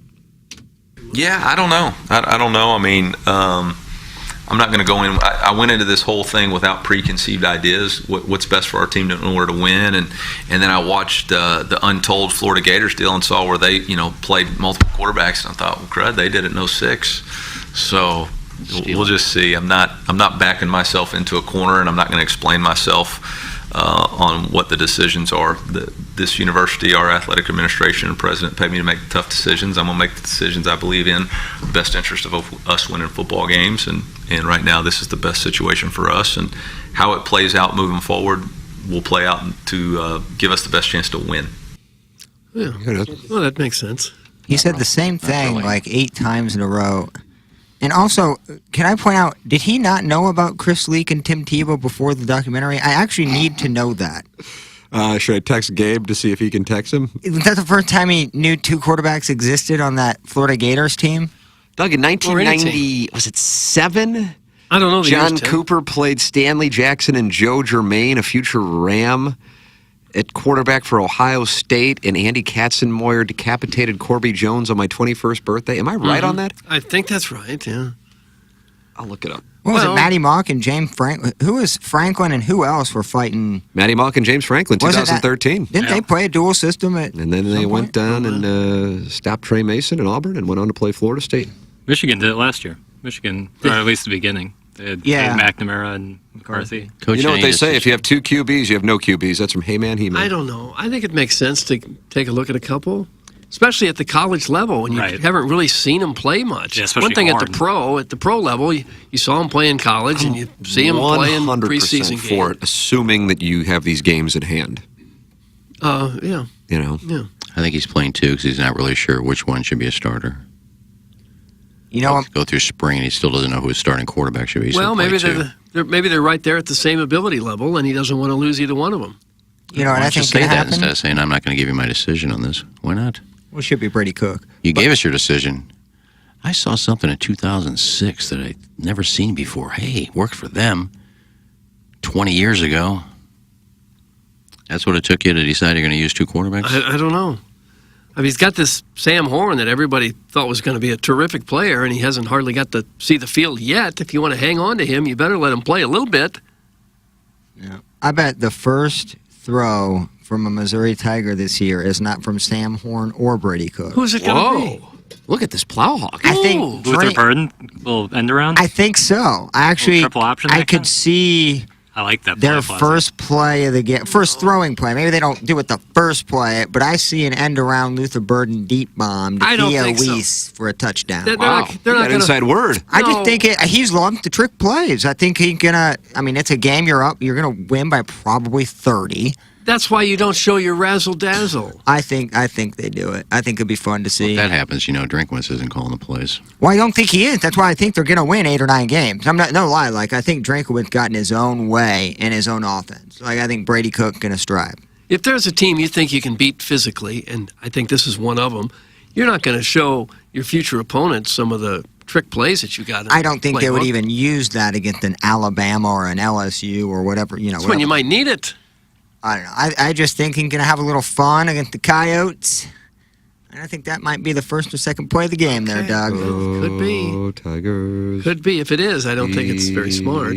Coyotes. Unless it scores. If you got some great first trick play, I'd hang on to that for when you really need it. You have to set the line. What would you set it at, boys? This is the kind of team that has to win by 60 when they can. They'll just run up a score. 60. I'm gonna do 32 and a half. I was going to say 24. I know nothing about South Dakota. Me either, that's so why. I have absolutely no clue. Well, Tim, it's a team that they like the recruiting that they've done. If they can stay healthy, and if the guys up front, if the big hogs up front can do the job, they can cause some problems for you. They run the ball a little bit and they throw the ball a little bit, and defensively, at times they like what they do. Nice. That's good analysis. Yeah. Now, therefore, I will set the line at 29 and a half. Are they a D1 team? Yes. Well, I have to ask. Sometimes people do play like that. No, you can't play D2 teams. Play an FCS team. FCS, you that's can't what- play a D2 team. Yeah, I'm at an FCS team, but this is actually a Division I opponent. Guys, you show it tonight to make LSU practice for it. Jesus, that's from the No, total you don't. package. No, you don't. Is Brian Kelly looking ahead? Should be. Past Florida State, Mississippi State, Ole Miss, and Arkansas to October 7th? Should be. I agree with Jackson. Subscribe to Power Mizzou if he knows what's good to him. Oh, amen. Papa Wrinkle says he doesn't care about Mizzou football and doesn't watch it, yet he hates the coach and wants him to be fired. Gainsworth! It's from Phil the Peacock. Who said I don't watch Mizzou football? I think you Phil did. the Peacock? I don't say I don't watch it. Lindenwood University has a better recruiting than a lot. Man, they're killing it. No, I know what South Dakota has 8 quarterbacks on the roster. Mizzou has like 7. It would be fun if Lindenwood got to be good, wouldn't it? Yeah, I think it'd just be good for the region if I wish it more would. teams were competitive. They Like got- Illinois, Mizzou, even Kansas. They got 8 quarterbacks, and 4 of them are sophomores and 4 of them are freshmen. South Dakota isn't even on like the recruiting ranking list. Like, are you sure they're D1? 5 of them don't even have pictures. They got gray mannequins. Mannequins? Yeah, look at that. They don't even have pictures of their players in there. I like that, mannequins. Gray ghosts. They're not pictures. They're like you see on Twitter accounts. Well, Maybe they left school. I bet they're going to destroy Any this scripture team. quotes? Doug, Nick Saban is not going to share a depth chart before he takes on Middle Tennessee State. Right. Take a listen, if you would. Hit the lever, Plowsy. I know that your number one focus is not on the game, it's on the depth chart. And look, there's a lot of competition on the team, and when we put a depth chart out, you all think that's like final. Like this is like etched in stone that it's going to be this way forevermore. Just because we come out of fall camp and that's where it is. But it creates a lot of distractions on our team, creates a lot of guys thinking that, well, this guy won the job now and I'm not going to play or whatever. And quite frankly, we don't need that. And I want all of our players to continue to compete, continue to compete for playing time, to try to play at the highest level. And I don't want anybody on our team to think they're a backup player or whatever. The depth chart kind of does that. I think most of the players on our team know who should start in the game and who shouldn't start. But that's something that they do day to day in terms of the way they compete and the way they play. And nobody's entitled to play them just because you put it on a piece of paper and say this is the way it is today. So I apologize for that, but it is what it is. First of all, let's get the mic a little closer to the coach. How did they not have one mic Get it closer? closer. That was off Channel 2, wasn't it? It sounded like it. Is Saban now forcing them to stand 100 yards away? I don't know. From a press conference? I I like Paul Feinbaum came after Saban for that. Yeah, so I had read what Jackson sent it over in one of the links last night. I'd read Feinbaum and Tim Brando both came after him for it, so I was expecting it to be more than I thought it was. And I know you're critical of Saban and Belichick and guys like that. I didn't think that was... Wasn't horrible, but he did have to take a shot at the media at the beginning of it. You guys focus on it because you're stupid. I'm the only one who knows football. You guys are all idiots. Then he always turns it on. You're hurting my players. You're going to say it's etched in stone, and then my players think, well, I got the job. I understand his sentiment. I can see not having a depth chart, but I think he could have handled it a little more gently and not blame the media for it. Didn't he say he had a depth chart, though? Oh, I'm sure he has one, but he's not releasing it to the media. I actually like his answer. Yeah. Actually makes sense. I'm surprised that got the reaction it did from Paul Feinbaum and Tim Brando. Just for the record, Feinbaum said, what I don't like, and every time I say this, people in Alabama get mad, I don't like the bullying of the media. Don't bully people because you can. Saban's made a career at Alabama and maybe elsewhere of bullying those who are weaker than him and don't have the ability, and that's just not a good look. That's my only complaint about this. Yeah. The premise there may be accurate, but I don't think that audio was necessarily the example to use the premise. Concur. You agree with that, James? Yeah, because when I heard it, I read the article and then heard the audio, and I was like, I agree with what Doug was saying at the beginning. He kind of gets on him, but at the end, he's like, I apologize, but this is just what I'm doing. It was kind of like a magnanimous answer. Unless there was more bullying in that press conference that we didn't just hear. Nick Saban's not delivering a depth chart. It's beneath him, despite likely giving the guys calling the game some semblance of lineups, wrote Brando. He should be above that, but clearly these days he's not in the best of moods. I got in some trouble a few years ago condemning Jim Harbaugh, and head coaches can say or do whatever they like in today's environment. Why bully his local media in such a manner? When much is given, much is also expected. And the GOAT needs to act like the greatest as opposed to using your brand as a bully pulpit, and that's all this is. Using it's etched in stone is a bit much when the truth really is my quarterback room ain't what it used to be. Tim Brando. So Tim Brando just takes a shot at Saban in the media and is wondering why Saban is not a fan of the media. Do you see the irony with what Tim Brando just said? Well, the media is allowed to fire back. Absolutely. You don't just have to take it all the time. Absolutely, but like what Brando just wrote is a hit piece bashing Saban on why he's not talking to the media. It's like that's a prime example why he doesn't care. For one, he's above the law there in Alabama. Not only at the university, but statewide. He's the highest paid state employee. The dude can do whatever he wants. Yeah. But like you writing a little fluff piece with a couple thousand people reading it isn't going to change that. He's been doing it for years, so I'm sure they're all getting upset every time he does it. It's not the first time he's ever been a bully. He's a bully. He is. Oh, he absolutely is, but who cares? Well, the media has a right to fire back against. This was not the worst example of it, but the media has a right to to question him and to be as critical of him as he is of them. I'm not a fan of Saban. I would tell you that Nick Saban is one of, I don't even know, I would say 25 plus, and I think you may agree with this, Doug, because we both had to do it. College coaches, basketball or football, who conduct themselves like this, because usually they're in small towns, and that's where the new, younger, not necessarily as well compensated, most of the time, there are examples of exceptions, are working, and so they can. But Nick Saban sound bites, and Nick Saban himself gets interviewed infinitely more than the head coach of take your pick of, middle of the pack, non-SEC school or other SEC school that doesn't have the cachet of Alabama. But my point being, there's a lot of Nick Saban attitude out there from coaches to the local media. It's just Nick Saban has been in the position he's been for the last 15 years or so with being, the top of the pack. And so I think it gets more attention when I think there's a lot of guys who actually act like that. Oh, yeah. Yeah, when you're one of the best. Bobby Knight was that way, and Jim Boeheim was But I'm saying is actually guys who aren't one of the best, and they still act that way. Right, that's what I'm saying. And that's kind of what comes with the college coach in small town thing. Saban had a few incidents on national TV where he was kind of nasty to the sideline reporter. The whole country sees that and instantly don't like him now, and so now they're ready to jump on him every time that he does something that might be a little bit questionable. Gentlemen, we are focusing on the absolute opposite of what needs to be discussed here. It's not about the hit piece in general. It's about why the hit piece was put out. It's to distract. He's getting already ahead of his opponent by mentally jogging their minds to get into their heads. It's a beautiful tactic and approach. That's from Pouts Lanai. I don't know. Yeah, he's getting pumped up to beat a team he's favored by 40. Yeah. No, I think if I'm not mistaken, in the clip he said, I do have a depth chart. So you're condemning the media for asking about a depth chart and then saying, and then you put it in their head, you guys will have it set in stone and my players won't try, so I don't believe in depth charts. But you said you had a depth chart. So I don't understand why getting on the media, asking about a depth chart when you're blaming them and then say you have a depth chart. Well, because if he releases the depth chart to the media is not going to talk about the starters. The media is going to talk about who isn't starting, stir up drama amongst the players. I mean, that's kind of how the media works. I get Saban's an ass, but Saban's also super smart and have been around the league around college football for quite some time. He knows what it's going to do.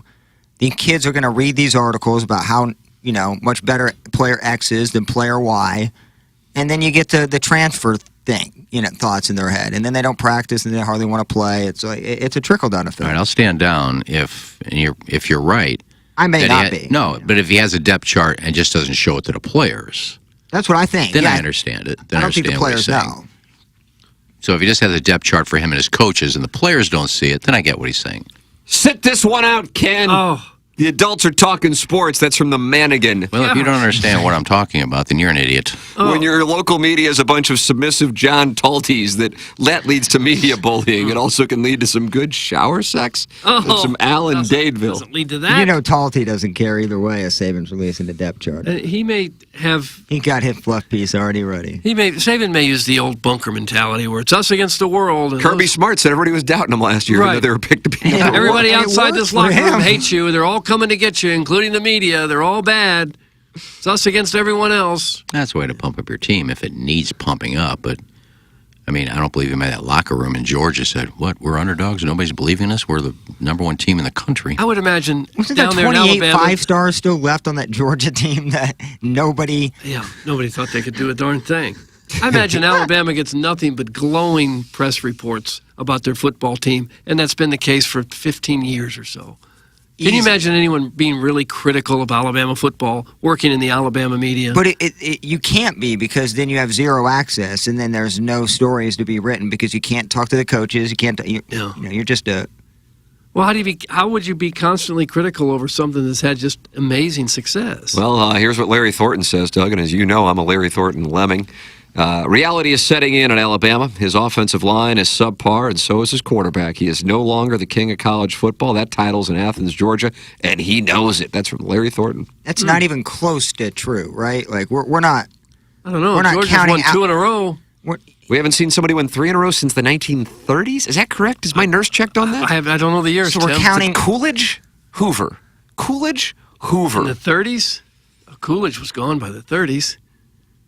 But he was responsible for what Hoover inherited, and then FDR tended to. Yeah. And Nick Saban. Nick Saban had nothing to do with the Great Depression or any of that. So now people are off of Nick Saban and Alabama is a has-been. When did that happen? No, not a has-been, just number 2, maybe. Number 3. But he's still the king of college football. Kirby Smart is not, the longevity is not there. Nick Saban, the king of college football. He's gone through like 8 recruiting classes. And maybe he's afraid he's going to get knocked off the mountain. If he hadn't been already. He currently when number someone 2. in the next state over has won the last 2 national championships and is a favorite to win a 3rd, maybe you're not the king anymore. The last team to go 3 in a row was Minnesota, 34 through 36. Oh. FDR. Yep. It was credited to FDR. He had nothing to do with it. And it was his fireside chats where he would go through the polls? No. Boy, those Golden Gophers could play back then. He posted Clem Haskins. Posted on their message boards.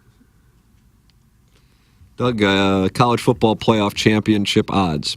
Georgia plus 230. Roll Tide plus 540. The Buckeyes plus 770. Michigan plus 910. Those are your only 3-digit odds. USC plus 1,000. That little antebellum Brian Kelly plus 1,300. Clemson plus 1,300. Texas plus 1,700. Florida State plus 2,000. How about Missouri? I'm scrolling. I'll tell you right now, I don't think Georgia makes playoffs. Wow. The Final Four. They have this year the play. Do they have a play-in game this year or like? Just the 4. They still just have the 4. Missouri's plus 10,000, Doug. Okay, I'm going to lay a take. I don't think Georgia makes the Final Four. New quarterback, I just don't think. Alan Dadeville's about to come for you. Yeah, big time. There's a lot of good. I mean, like I said, I think Florida State is equal in terms of talent-wise, and they'll have an easier road as well. Have you really studied the rosters of these teams? Not really, No. Doug. Not really. But I'm going to make a. How would you say something like that? Doug, you worked with me for a while. When have I ever checked a depth chart? Okay, I'm sorry. A roster. You can't even get a depth chart at Alabama. That's true, yeah. And I'm pissed about that. But no, because you would study the depth chart if they came out with one. I think Georgia's going to finish 6th in the polls, Doug. Wow. My other admit. It's a take. Why I think that? Just because of a different quarterback? I'm sure it's a 5-star guy who has set all kinds of high school records, and I've seen it. He's like 6'3", 220, looks just like what you'd expect a great quarterback to look like. 8% body fat. Is he really? No, he's not. He's not hot? Kind of looks like a Ren and Stimpy version. Yeah, he's not really that good looking, but very, top. I mean, his mid-range, like the mid-drift, is very sexy. Doug, the Bulldogs will take on UT Martin. That should be a good one. Gosh, I hate college football scheduling. I hate it. They'll bounce back against Ball State the following week. God. Pick on someone your own size. They will. They'll take on Beamer Ball on September 16th at 2:30 on CBS. And then from there, should be fun to see them play UAB. It won't be. Man, they're going to be start 1-3. Then they go down on the Plains to take on Hugh Freeze, and that is their September. Then we'll see them take on the Wildcats, the Commodores. Week off before getting ready for what used to be the world's largest cocktail party, but we can't say that anymore. Why not? I don't know. I just know that that's the thing. You can't say cocktail? You can't suggest that college kids might be drinking before a college football game? It's 2023, Doug. Can't do that anymore. But I'm trying to figure out which word is it that's offensive. They will then have to see if they can handle the Tigers between the hedges on November 4th, and then Hotty Toddy, good God Almighty, on November 11th, at Knoxville and at Georgia Tech. It's not the most imposing schedule. I don't think they lose a game. There. It really isn't. I would like to see, when Mizzou goes down to Georgia, Drinkwitz take some hedge clippers with him. And start trimming shrubs? And when Mizzou gets ahead, just start cutting those hedges. That's what I want to see out of our sounds ball like club. him. Yeah, if anyone would do it, he might be the guy. I agree with the Hawk, and this is turning me on. That's from Mr. Fong, owner of the Dildo Shop. Oh. Nobody's winning 3 in a row, and they're going to have a slip-up. They're going to lose 2 games and be out of it. Is one of those games going to be to Missouri? Oh, come on. It wasn't that deep of a question. It wasn't that much. That's a joke. I would say no, but I still think they get. I mean, Missouri. You're high on these Tigers. I think Missouri. Where's Missouri's losses, Plowhawk? I don't know. I think Missouri has a top 3 SEC defense because they have a lot of people coming back too. The offense. But they got to be great people to be coming back. Just because you're back doesn't mean you're a whole lot better. I mean, their losses will be to Chad Georgia, LSU for sure. I think either you beat Kansas State or lose to South Carolina or vice versa. I think that might be. And Arkansas is a coin flip. You know, you got that one, Lynn. And you play Tennessee again this year? Yeah, I play Tennessee every year. So that, probably Tennessee. So there's 4 losses? Not moving forward, I guess. 8-4 or 8 and yeah. 8 You know, and 4, Balloon Party gave you the Orioles this year on opening day. I'm not giving you anybody here necessarily, but I'm going to give you a plate of short. And my short is the Volunteers. Really? If you're interested in a short this year. Because of Derek Dooley? And that is because of Butch Jones and Derek Dooley. Get this and we're off the field. Tennessee's win total this year, Doug. If you want to bet the over-under, and I don't know if you are betting it or not, really. It is 9. Okay. And unlike Georgia, which Alan Dadeville says he hates the schedule because it's so easy, he says their third string could go undefeated with that schedule. The Volunteers have a little tougher task than the Bulldogs outside of a trip to Columbia. They will host Virginia, and that is on Saturday. Jackson, I thought you said they played Virginia on Sunday. Well, I messed up the dates, and I said a bunch of different teams, but no, they do not play. The best game Sunday is that one game that now I can't remember, so I shouldn't have brought it up. Come on, Casper. Well, while Jackson looks for that, let's look ahead to September 9th when Austin Peay comes to Knoxville. Oh, God. The Governors. I don't like it. Well, it's always a September tradition in the SEC, and that is when Danny Werfel and Peyton Manning meet, and they will do so in Knoxville. No, this is in Gainesville. I'm just telling Doug to hold his hot mittens up. Okay. Doing a photo shoot. Okay. Yeah, I'm just getting some social media. Well, Flowsy has delivered some scorching takes. LSU, FSU Sunday. And the idea that he put such thought into what Missouri will do against Georgia with his deep sigh. Had to really think really into it. That was Orlovskian. Yeah, because I wanted to give a take, but I couldn't get Doug, one they'll bounce through it. back from the shocker in Gainesville by taking on UTSA, and you might go, what? But UTSA, kind of a little sneaker play. I don't know. Then it's Beamer Ball, A&M, at Roll Tide, at Kentucky, against Jimmy Calhoun at UConn. There's Cab Walker.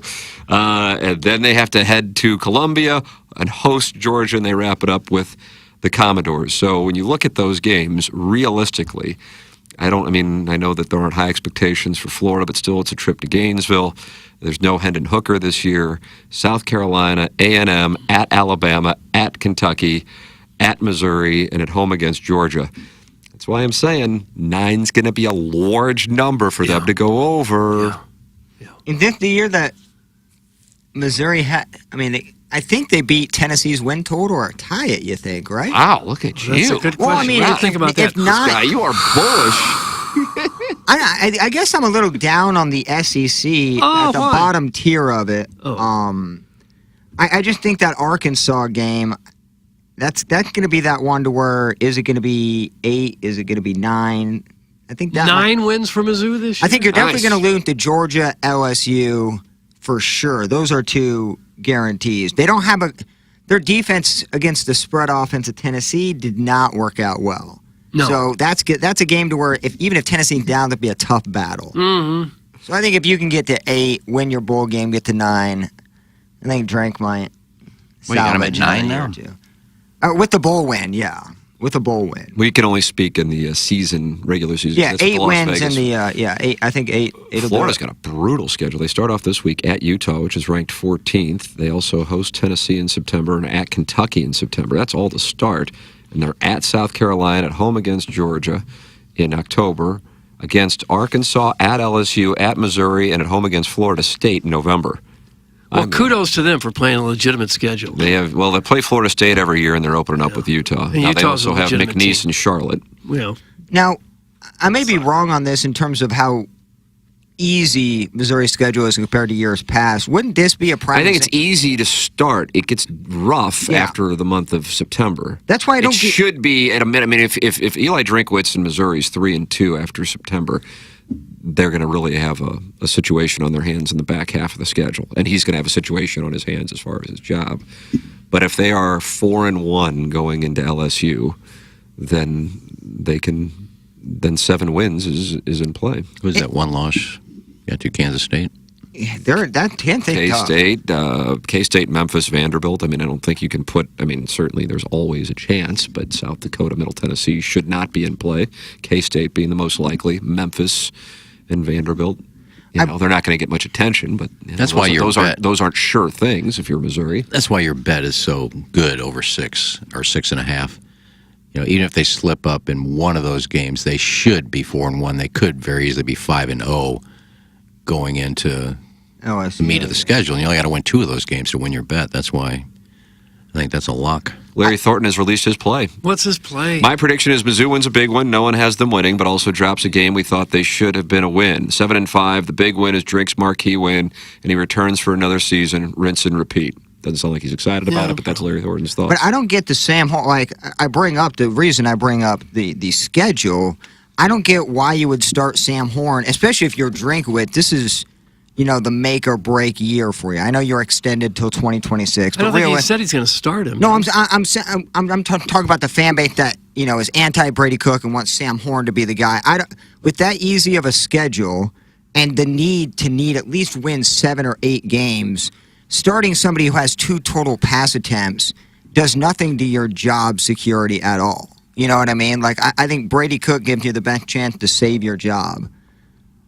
Unless Horn is just tearing it up in practice. If he was a 5-star, can't miss, 4-star quarterback, All-American, I understand that there is some appeal there. What I've seen in the little video they released at camp, and obviously what you saw with 2 passes, if you can't win that job without saying, because you're a 4-star, I don't know if that's the guy you want to lead to try to get the 7 or 8 wins. You can't base your analysis off camp videos on Instagram. I'm basing it off of he hasn't won the job against somebody to where everybody thinks he's terrible, Brady Cook being. Like, if you can't beat the quote-unquote really bad and inaccurate Brady Cook, then really how good are you? So I don't think Drink is giving Brady Cook any special treatment of any kind. I think Drink probably hopes Horn wins the job. Because you got a young guy, you got a guy who's going to pan out and probably save your job. So if you can't beat out Brady Cook, then I don't know if that's a good thing. Like, I love Brady Cook, but if you're a 4-star, you should be able to beat out that type of player. It's my only thing. So I don't like the fact that Sam Horn should start just because he was a 4-star recruit. Well, I don't think that's the only reason why he's getting. If you go to any message board, any Mizzou page of any kind, that is the sentiment that he's the 4-star quarterback you should start. I think that's dangerous because Jake Garcia was a 5-star and he's on a 3rd team. So it doesn't matter about stars. Yeah, well, but that shows that the coaches don't care once you're there how many stars you have. Which I like. They care how well you play. Yeah.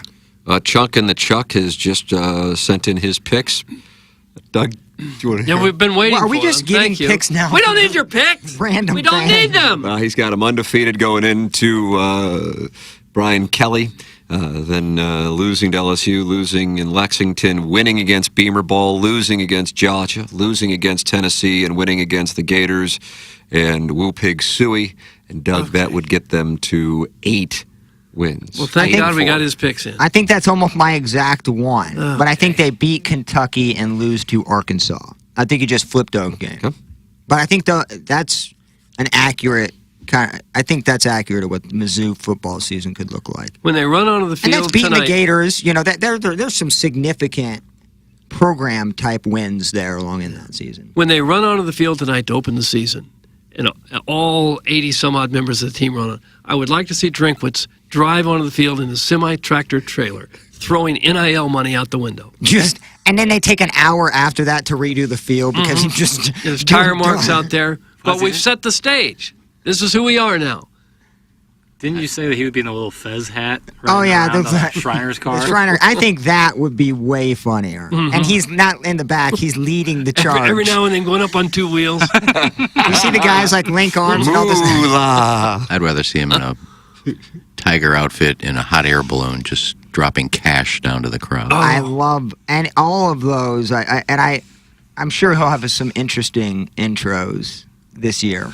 Banty Mizzou Plowsy is my favorite Plowsy. I hope Mizzou has a great season just as much as I do for a bad season. It's entertainment either way. That's from the Crestwood Coyote. I'll laugh and bash Mizzou. This is me giving hope to the program that I think if they stick to the game plan, I think 8 wins is there. Now, if they win 3 or 4, I'll be jumping for joy.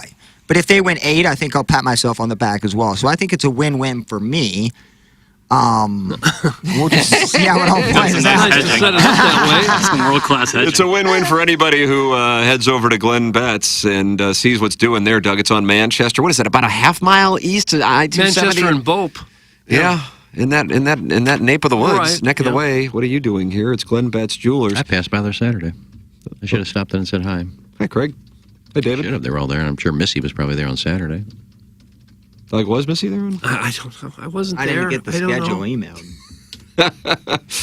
It's Glenn Betts Jewelers. If you are in the market for jewelry, here's where you go. Glenn Betts Jewelers, GLENNBETZ Jewelers.com. GLENNBETZ Jewelers.com. Yep. In the jewelry business, there is good, better, and then there is Betts. Doug, do you have a jingle that would maybe resonate with our audience? Good, better, best. Never let it rest till your good is better and your better is Betts. So good. The Betts family passion for serving their customers has been passed down from generation to generation. It's Glenn Betts Jewelers, in business in St. Louis since 1941, operated by the 3rd and 4th generation of the Betts family. Glenn Betts Jewelers.com. Support the sponsors. It's the only reason this little thing in a closet next to a urinal exists, if I'm being honest. Right. I don't know of another studio like it anywhere. Where you can hear men wee. Right. I don't know if that was the plan going in, but it's a nice little feature now that we've discovered it. It's nice. I guarantee that's what it was. Post-game you can cigars on the guarantee that? field are a given tonight after they eke out a 10-point victory against the team they should have blown out, right? That's from Carlos Spicy Wiener. Now, is it alarming if they win by like 17? Like, what's the point total win that you're going to be concerned with? Like, under 20 point I think victory? it was eye-opening when they played Missouri State and allowed like 40 points. That's what I'm saying. Like, could there be a scenario where you there win? can be situation. There can be an injury. I know you can say, like I said, that's the thing. And Gabe has written about this on Power Mizzou as well. And he's going to be with us on Mondays during the year, brought to you by James Carlton. He'll be with us on Fridays. So he'll be with us tomorrow on Balloon Party. A couple of years ago when he was kind of grinding the clock to reduce the damage against Texas A&M, I thought, oh boy, this is not an SEC caliber coach if that's what you're doing. Like you're like a CYC coach doing that kind of crap. But last year, I mean, hey, I thought there was progress, but because it was year 3 and still things hadn't led to a 7-win season, I think some fans who were really high on him, whether it be because of recruiting rankings or the LSU thing in year 1, were starting to sell their stock.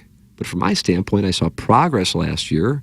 Combine that with keeping Blake Baker, bringing a play caller on offense, and having 18 returning starters from a team that really was a handful of plays away from being in 9 wins. Now it does cut the other way. They had to dodge Vanderbilt, but that's where my optimism comes from. And I know a lot of fans say they were, a better quarterback away from. They had to 2 or dodge 3 more Arkansas as wins. well.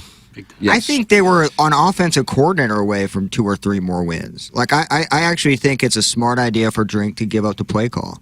So I thought it was a little bit too generic and basic. They didn't utilize a lot of Brady Cook's athleticism outside of broken play to where, he had to run for his life. But I think those 3 or 4 games to where Drink wasn't calling the plays, you could just see a little bit of a mix and run, some QB draws.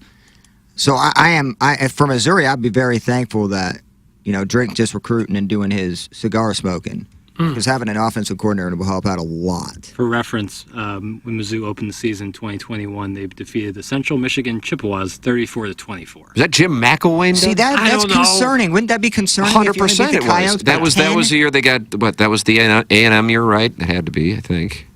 They got so. Tennessee. That was the year that Connor Bazelak threw the softball toss to the tight end against Florida. Yes, Daniel Parker. Yes, and then that led to both guys transferring. Also, for reference, Central Michigan is only a 14.5-point dog to Michigan State tomorrow night. So it's a decent program. It could be more of a Chippewa. Is that Jimmy Backlewade? I don't know if it's Corey. I don't know. He went from Gainesville to Central Michigan. Okay. You don't see You that gotta too do that often. with your hands. That's the Drinkowitz route. Uh-oh. Like he'll go from Mizzou to South Dakota State. They started at Appalachian State. Dayton State. Dayton State. There is no Dayton State. It's actually a powerhouse program built by Jim Trussell. He left Youngstown State. Isn't that where Scoochie Smith played for 8 years in college basketball? Played 8 years. Scoochie. The top story for Michigan State football is Michigan State football reveals uniform combination for Central Michigan. Oh, And this was Sports Illustrated that did it. Their uniform combo is awful. Well, when they wear that neon green crap. Well, even they're like white on whites with the white helmets are pretty terrible. Disagree. I think Michigan State has beautiful uniforms. I can't do any uniform now that they've changed. I miss the old school late 90s, early 2000s, both basketball and football, both college and pros. Yeah. God, jerseys are so generic now, man. Kills me. We talk about jerseys, but I would like to talk about a field, and I believe Boise State, it should be outlawed to have a blue turf. Take. I don't care for Fortunately, you have your mittens still on. It's hot. Eastern The take was Washington hot, has but I agree with it. Eastern Washington has a red field. I don't if I'm like not that mistaken. either. And there's a high school with a black field now. Oh. Imagine how hot that is in the summer practicing with black turf. Yeah. Coastal Carolina's got the teal field. I like that. I like Stop that, it. though. That I do like. Larry Thornton has issued his analysis of Eli Drinkwitz. Doug, would you like to hear it? Sure. Drink was a one-year head coach when he got here, and it does seem like he is learning and adapting. And I applaud him for that. I'm just tired of the act. But I am intrigued by having an offensive coordinator and him diving into the CEO role. It's from Larry Thornton. I think that's where his best move is. Now, you could probably upgrade your offensive coordinator over time, and, like Alabama does, you just go after a fired coach and or somebody with a little bit of a background issue, and then you hire him. And He may be very effective as a CEO, Ted Lasso type. I agree. Mm-hmm. The offense, like he almost tried to play like Madden instead of actually calling plays. He's one of those coaches to where, this worked with, when I was watching my son play a video game. Let's put that one into the playbook. Oh, for heaven's sake. Jackson, you can make a play on this if you'd like at Circus Sportsbook, can't you? That's where you were last week, Bill. Absolutely. I mean, time's a ticking to get that Mizzou bet in, but if you sign up before September 9th, you can get in one of the two major contests going on right now at Circa Sports. You know how much they got in guaranteed prizes? How boys? much? Oh, just $14 million. Oh, yeah, gosh. just a tidy little $14 million. And there is no rake, so if the entries go above that guarantee, all extra money will go to the prize pool. Now, you must register in person at Circus Sportsbook in Nevada, where KG and O10 and I were last week. Weekly picks will be made through a proxy that you register with from anywhere. First up, Circa Millions. $6 million in guaranteed prizes, $1,000 per entry, max of 5 entries per person. Pick 5 teams against the spread every week. The winner takes home $1 million. There are quarterly and season-long prizes to go right along with that. Then they got the Circa Survivor with $8 million guaranteed to the winner or winners, $1,000 per entry, max of 10 entries per person. Pick one team straight up every week to win. If the team loses or ties, the entry is eliminated. You can only pick each team once in the season. Go 20-0 or be the last person standing to win. It's all available over at Circa Sportsbook in Nevada. Get involved. Check it out. There it is. Send your emails in for our design, air, heating, and cooling email today, which comes your way in about 40 minutes. Jackson and I will head down the hallway. And what is it called today? Is it the Sports Business Journal? No, Review? it's half another, and half? Another half and half. I got today is a special bonus. I got 7 questions for that. And we have Taylor Twellman using the shears. Yep. Twellman, Shears, yes, balloon party. Yeah. Got a sound story at 11:30. Beautiful weather. Got Missouri. Got Missouri taking on South Dakota. Florida taking on Utah. Are we off Monday? I was wondering that as well. It's a totally different subject. I actually like that he brought Totally it up. different Are we subject. off Monday? Yes. Okay. We were talking about topics on the table. I threw one out. Are we off? I didn't know if these were like the optional ones where we could work and bank a day, or if we were actually off. Sweet, dude. All right. Doug, how about that? We are off? Okay. Yes. It is a Hubbard Company holiday. Okay. Gotcha. Doug, is it a federal holiday? Yeah. I believe it is. 100%. Yeah, this makes a lot of sense. You celebrate the labor force by telling them you don't have to work. Sounds like you're not happy about this holiday. Now you want to work instead of I'm take gonna the day say, off? I'm taking the we day can't off. please you. I'll leave the board to you. No, I don't. Sir? I'll work, not work, whatever I'm told to do. When I was a kid, it was the absolute worst day of the year. Because school was starting the next day. The next day it started. Oh, I dreaded Labor Day. Yeah. Oh, it was horrible. And now they start before Labor Day now for the most part. 2 or 3 weeks before, eh? Now you like it again because it's one less day you got to go to school. It didn't take much for me to cry back then. I'd cry when, all right, kids, let's go. We got to go to Six Bear and Fuller's, get new uniforms this year. All right, time to get up. I got some oatmeal for you. Go to school. God, I hated school. I could have skipped like every day of school, but I chose to Why go. would you hate it so much? It's where your friends were. That's where things happened. That's where the activities were. I had to leave the house. I had to be like 6-7 hours without my mom. My dad, I got homesick. Huh. And that was as a senior citizen, you still don't like to leave the house. Yeah. No, it started as kindergarten. My dad would have lunch with me, and then he'd have to go back to work, and I'd start crying. Oh. Other kids make fun of you when you're crying? I don't remember. Probably not. They were probably all crying and peeing their pants. And I don't recall crying in kindergarten. well, I cried when I had to leave lunch. Just when lunch was over, here come the waterworks. Because my dad would leave. He have to go back to work. You're a little sensitive. My dad worked at Sherman School where I went to when I went to kindergarten at Sherman. And he'd always come and have lunch with me, and then he'd go back to work, and I had to go to class, and I'd cry. How long did you cry? I don't know. Like for a Till I got while? back into class. Okay. I was a crybaby. Well, I don't know. It's unusual for a family with a bunch of kids to have a crybaby in there. Oh, is that right? Usually the other siblings would have beaten some of that out of you. Well, I had 2 older sisters. They weren't beating anybody. Well, it just shamed you. I don't mean physically beating it out of you. I just mean they would have toughened you up a little bit. No, they thought it was cute that I was a mama's boy. I've heard I've read an article where the guy was saying one of the reasons we have such a sensitive, easy to offend society now is so many people don't come from families where they had 5, 6, 7 siblings anymore, where a lot of that was taken out of them as kids. As of now, there's a lot of single children, or you have one sibling, and the parents dote on the 1 or 2 kids so much that the kids think, they are the center of the universe and should get everything that their little hearts desire. And now we're into the everybody gets a trophy generation, and everybody's offended if things don't go exactly their way. When if you came from you go a couple generations removed, it wasn't uncommon to have 7, 8, 9 kids in a family. Yeah. And you weren't the center of the universe. Yeah. It's a good observation. I wonder if psychologically there's something to that. I think there probably is. Yeah, I do too. I mean, granted, I have absolutely no information, but just playing that out in my mind, that would make sense. Yeah, I had a friend who was an only child, and he was kind of like that. Yeah, he got everything he wanted. We go over to his house, and he was always yelling at his mom and dad. I didn't ask for that. I wanted this. Go back and get that. And I said, God, you actually talk to your parents like that? And try that if you had 5 or 6 brothers and sisters. See what the response would have been. And a dad who would work 14 hours just to live paycheck to paycheck and come home and he's got a scotch right there as he's watching. What is he watching? He's watching The Honeymooners. And kid number 5 is unhappy that the oatmeal wasn't just the right How do you temperature. think that'd play? A little backhand. All right, how do you like the oatmeal now? Okay, I'll never complain again. No. Now my younger brothers always complained because they would get my hand-me-downs and they always, I don't want Kenny's pants. He peed in them. Your parents actually gave pee pants? Oh, she'd wash them, but then... Why did you pee in your pants? I don't know. You're crying, you're peeing in your pants. Must have been a troubled childhood. I don't know. I just remember everybody threw up in that school. People are only having 1 to 2 kids because it costs a left nut to raise them. Daycare costs are making it impossible.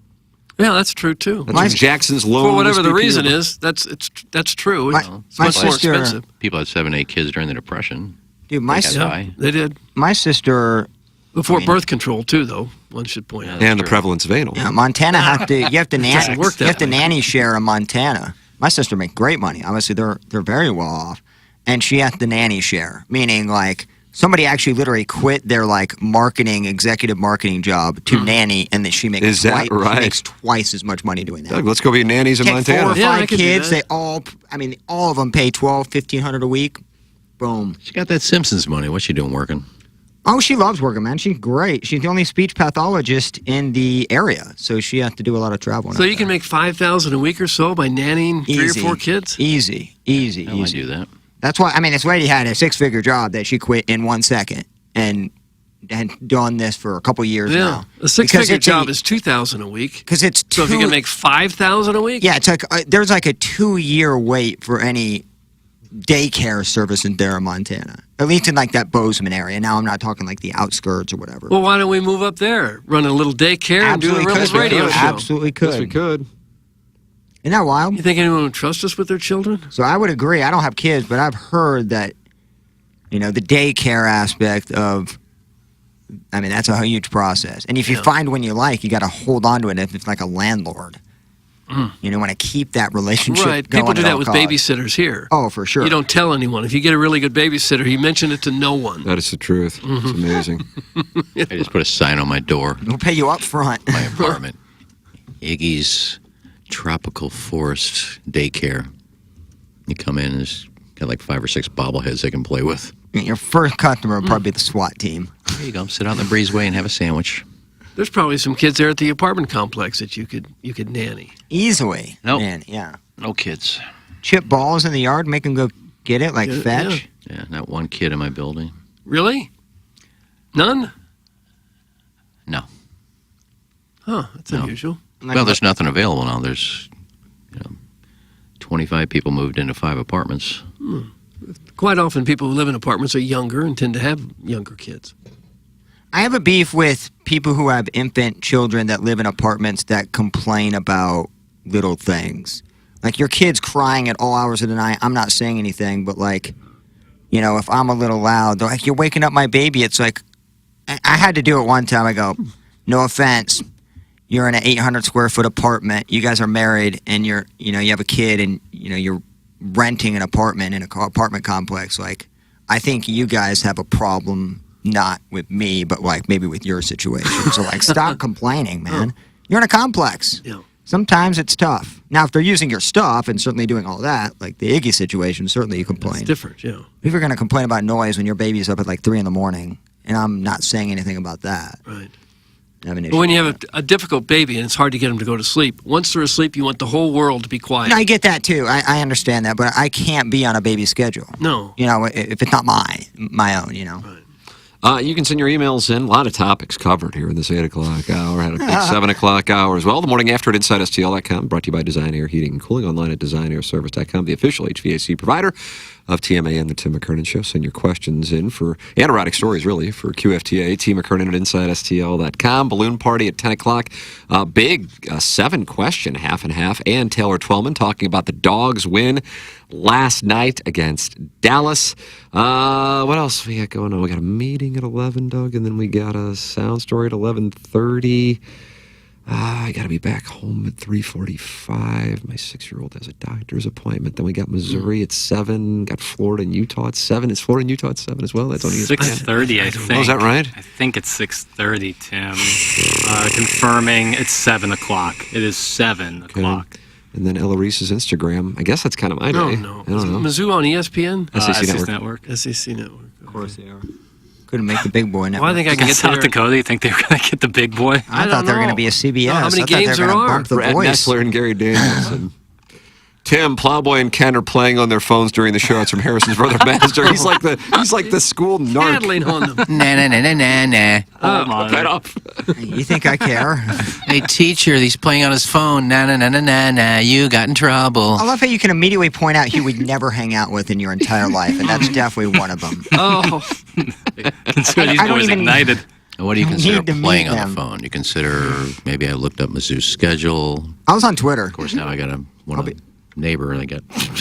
What's your neighbor doing? What's going on? I just took pictures of all 5 of them walking out of the apartment yesterday morning. Oh, I thought Why? you were You got right in front of them and took their picture? Do you stand outside and get pictures of your neighbor? No. I act like I'm playing on my phone. I need. Ooh. What? Evidence? They've already. People know they're there. The landlord rented it to them. I don't think they know there's 5 living in there. Well, they don't care because it's probably Section 8. The government's paying. They don't care. They know And they're going to making get the that money. check. Yeah, they're making the money. There's no way they do anything. Sadly. They'd prefer to have them than you, probably. I don't know. My question is, you think they know I'm taking a picture, looking at them, they're just looking right at me? Oh, God. Definitely no. Wait till you leave that flash on one time. Well, is there any rule? You know, there is a rule about how many kids you can have in a certain apartment based on the bedrooms. Because when I needed to rent a house for just a couple months with 3 kids, I could not rent a 2-bedroom apartment. By state law, they could not rent me a 2-bedroom apartment. Well, I know had to Maryland- find a 3-bedroom, I know- never did, and had to rent a house. Yeah, I know Maryland Heights has like zoning laws, but I think the complex, I think it's in the lease that a 1-bedroom apartment can have 2 adults and 1 baby. Probably. That's it, Yeah. not 5 adults. No, but if you have 3 kids, you have to have a 3-bedroom apartment. Yeah, and I they think- don't make many of those. No, and the housing market is. I mean, it's tough to find any place to live in nowadays. But Ooh, somebody's pissing. I hear that. It was a strong start. Yeah, he had a lot to drink this morning. All right, we'll break. We'll come back with the 9 o'clock hour and the Design Air Heating and Cooling email of the day. This is Ryan Kelly Morning After from Nickel. The Tim McKernan Show podcast, featuring long-form interviews with people from the world of sports, politics, and entertainment. And our guest today, Bill McClellan. Thanks so much for coming in. Hey, my pleasure, Tim. What's up, Caden? Hi, how are you? Joe Buck, our guest today. Man, it's like I haven't seen you in years. More than 500 episodes and counting, and it's available wherever you get your podcasts, including the TMA STL app. Get the app now at TMASTL.com.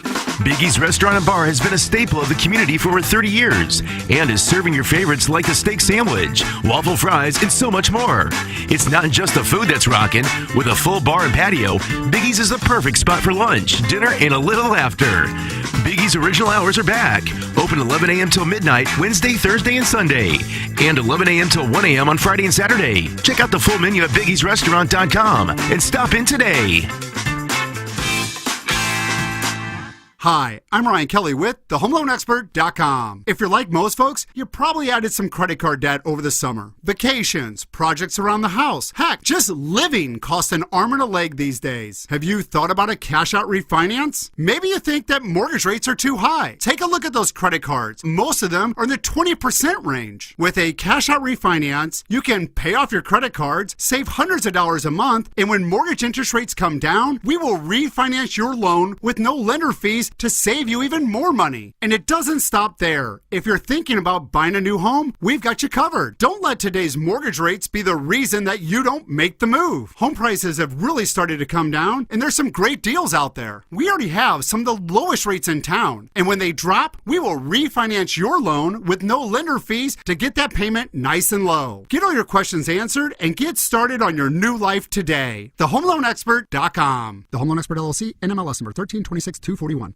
Hey, this is Tim McKernan. I am here with a wonderful sponsor of TMA, and that is Longo Biggs Injury Law Firm. And this is something that I experienced, as a matter of fact, years ago. If you get a call from an insurance agency, if you were in an accident, they are not necessarily working on your side. Isn't that right? Yeah, Tim. I mean, in almost every case, there's going to be an insurance company involved. You know, they typically insure whoever caused the injuries to you by the person or the business that caused it. And unfortunately, from the moment your case begins, the insurance company is actually working against you, trying to minimize their payout. You might get a call from like somebody who seems like to be a really nice person who's just trying to see how you're doing, but their goal is actually to get some information out of you to turn around and use it later to show that you're not as hurt as you actually are. Insurance companies have specialized systems and thousands of workers who follow a playbook to pay you as little money as possible when you're hurt. This is Doug Biggs, and my injury law firm hates insurance companies and their deceitful tactics, and we'll make a fair fight out of it. Visit our website or Google Longo Biggs Injury Law. The choice of a lawyer is an important decision and should not be based solely upon advertisements. When we think of a real estate agent, we think of somebody simply selling our home or finding us a new one. I mean, they're all the same, right? Okay, here's the comps. We'll take some pics, we'll post them, and I'll get back to you, okay? A home is life-changing, and your real estate agent should reflect that. Honesty, integrity, and someone who will go above and beyond to make your dreams come true. The Jeff Whiteman Group with Compass Realty. We're different because you're different. We want what you want. Experience the difference today at JeffWhiteman.com, bringing people and properties together. Okay. Hot takes. Yeah. Pepperoncini. Pepperoncini. And now the Pepperoncini Show with Darren Atkins and Ken Strode. All right, take it, fellas. There it is. That's the open. Pepperoncini. Pepperoncini. Pepperoncini. Pepperoncini. Pepperoncini. Pepperoncini. Pepperoncini. Pepperoncini. We don't know what it is, We don't understand the name. We just know it's stupid. And it's available every weekday, featuring Iggy and the Plowboy. Apparently it's some kind of a podcast or something. Available at tmastl.com and on the TMASTL mobile app. Whatever. Urban Dictionary defines thirsty as purposely, knowingly, and recklessly attempting to gain fame to boost self-esteem.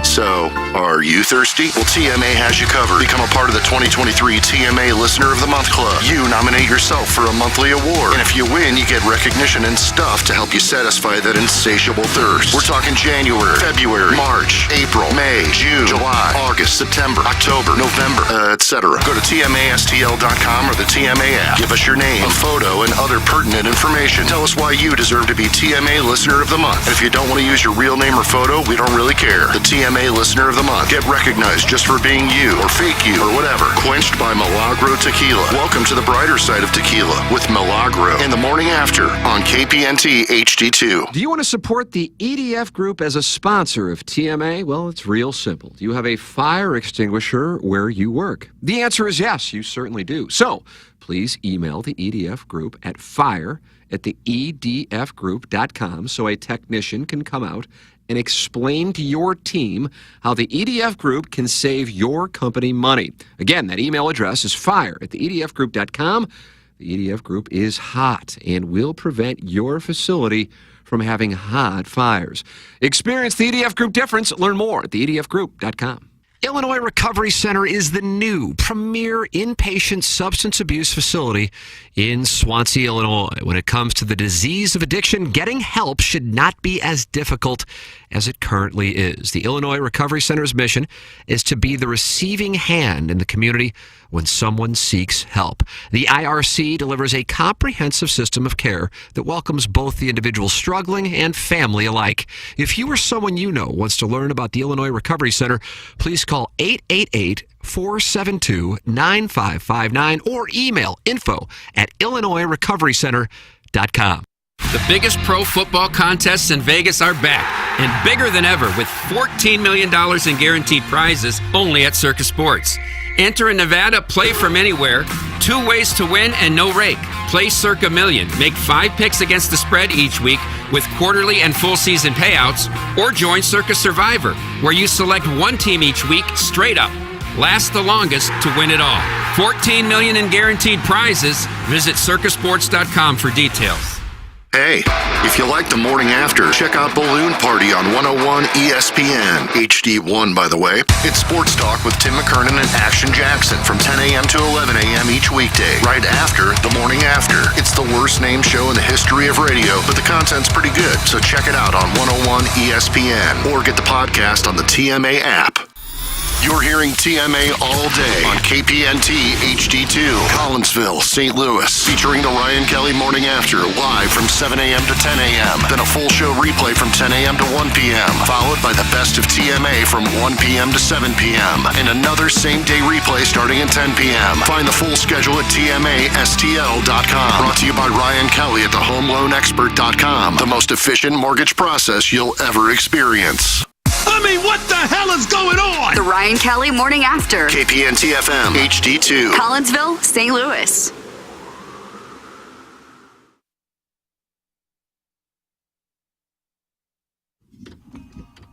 Well, they'll be playing this in Columbia, Missouri at 7 p.m. tonight.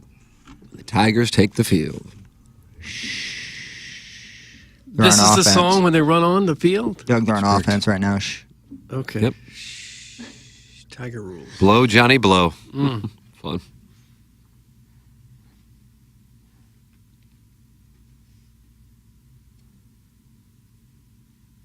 Mm.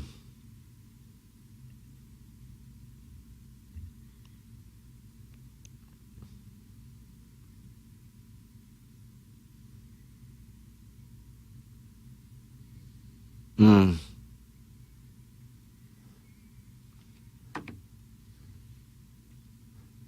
And Brady Cook, he's been through you with the good times and the bad.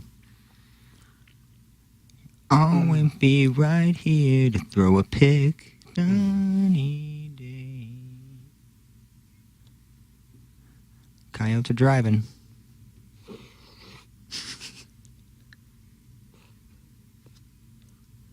Blow, Johnny, blow. Doug, what do you think some of the Coyote rules are? Coyote rules?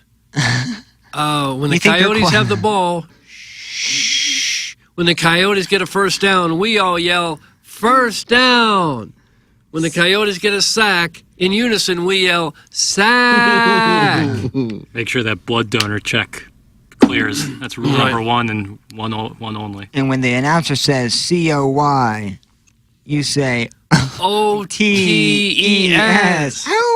You know what I would like to say? It is my hope for these things in the near term in the world of sports. Number one, I won't need a wide variety of subscriptions to watch the Cardinals and Blues play on the Bailey's app. The Bailey's app will go away. Oh, my God, that'd be great. I would like to see there be no such thing as a blood donor game. That was my next part of my speech.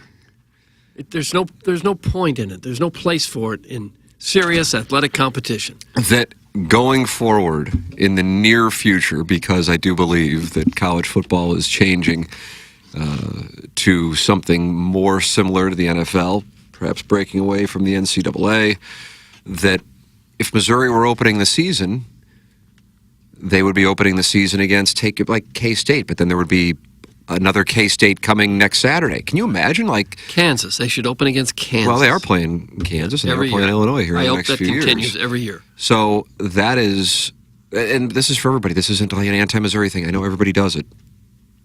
Settle down on Tiger Board.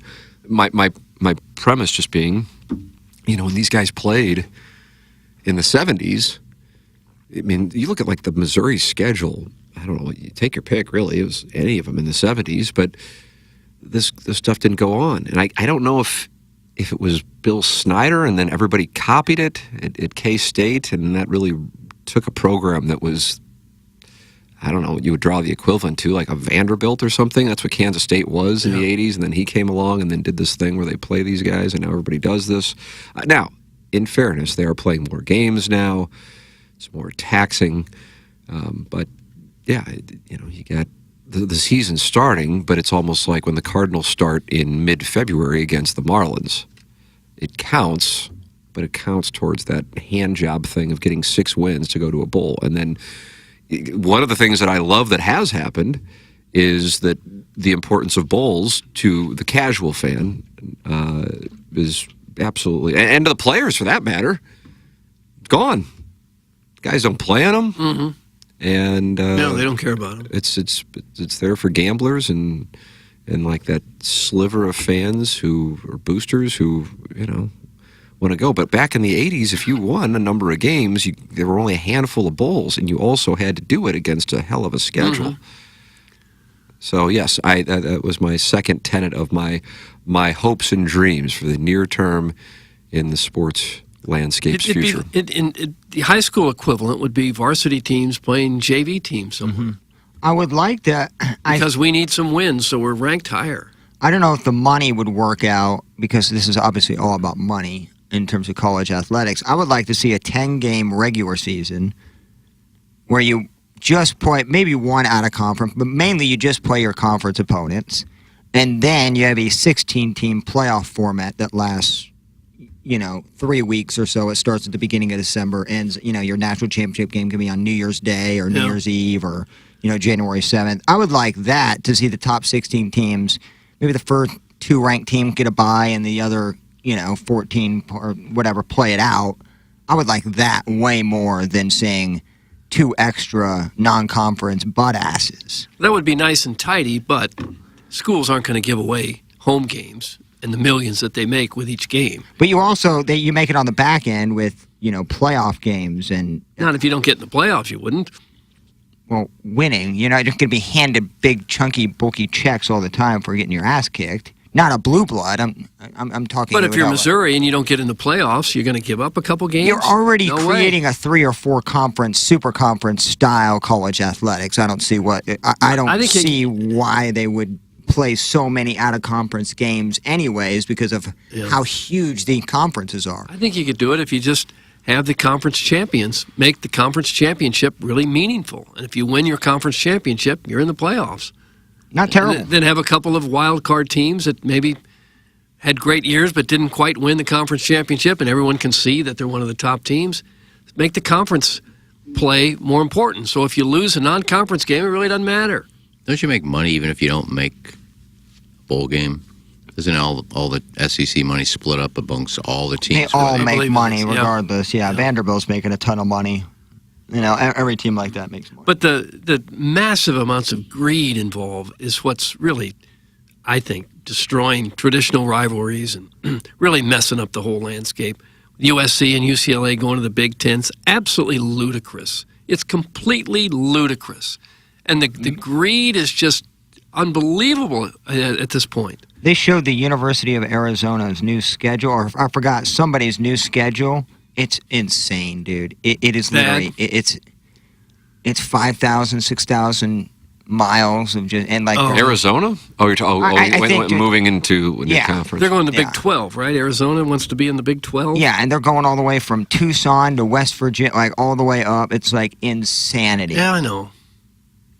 They held the Big Ten tournament games in New York because Rutgers was involved. It was like the least attended Big Ten tournament game for basketball, ever. Yeah. Because no one in New York cares about Big Ten sports. About college sports in general, I think. They're a pro town. They've got so many teams. They're a pro city. Like, they just take the money and don't think about the optics of it. It's like, oh, yeah, we'll take Madison Square Garden, but, like, in theory, you don't want to fill 5,000 people up in that sort of arena. It looks bad. Yeah, that's the bad thing. I mean, the kids don't care. Kids don't care. They got to fly across country. They probably enjoy it. But fans that want to follow their team, I mean, they're going it's not bad for 3,000 miles to see a game. Football, you got 6 road games. You fly 6 times, and as opposed to flying an hour and a half, you fly 2.5 hours. That's not a big deal in football, but in other sports where you play lots of games and travel a lot, it is a huge deal. Soccer? God, soccer or baseball, you're playing 40, 50 games, or some of these other lesser sports. I don't know how they do it. Well, it's money. Times change. Why do you think there's NIL now? I mean, paying kids go to a school and giving them millions of dollars. Yeah. And, I'm going here. They're giving me more money. But it seems like you could still do that and maintain the conferences. If you have an athletic scholarship and choose not to go to school, I think that should be an option as well. I am so sick and tired of the school aspect getting in the way because, like, dude, we know about private tutors. You mean go straight to the pros out of high school? No, or just create college athletics as a pro style. Like, you have the you want to get your degree. It's a free degree. Go get it. Go for it. Go do classes.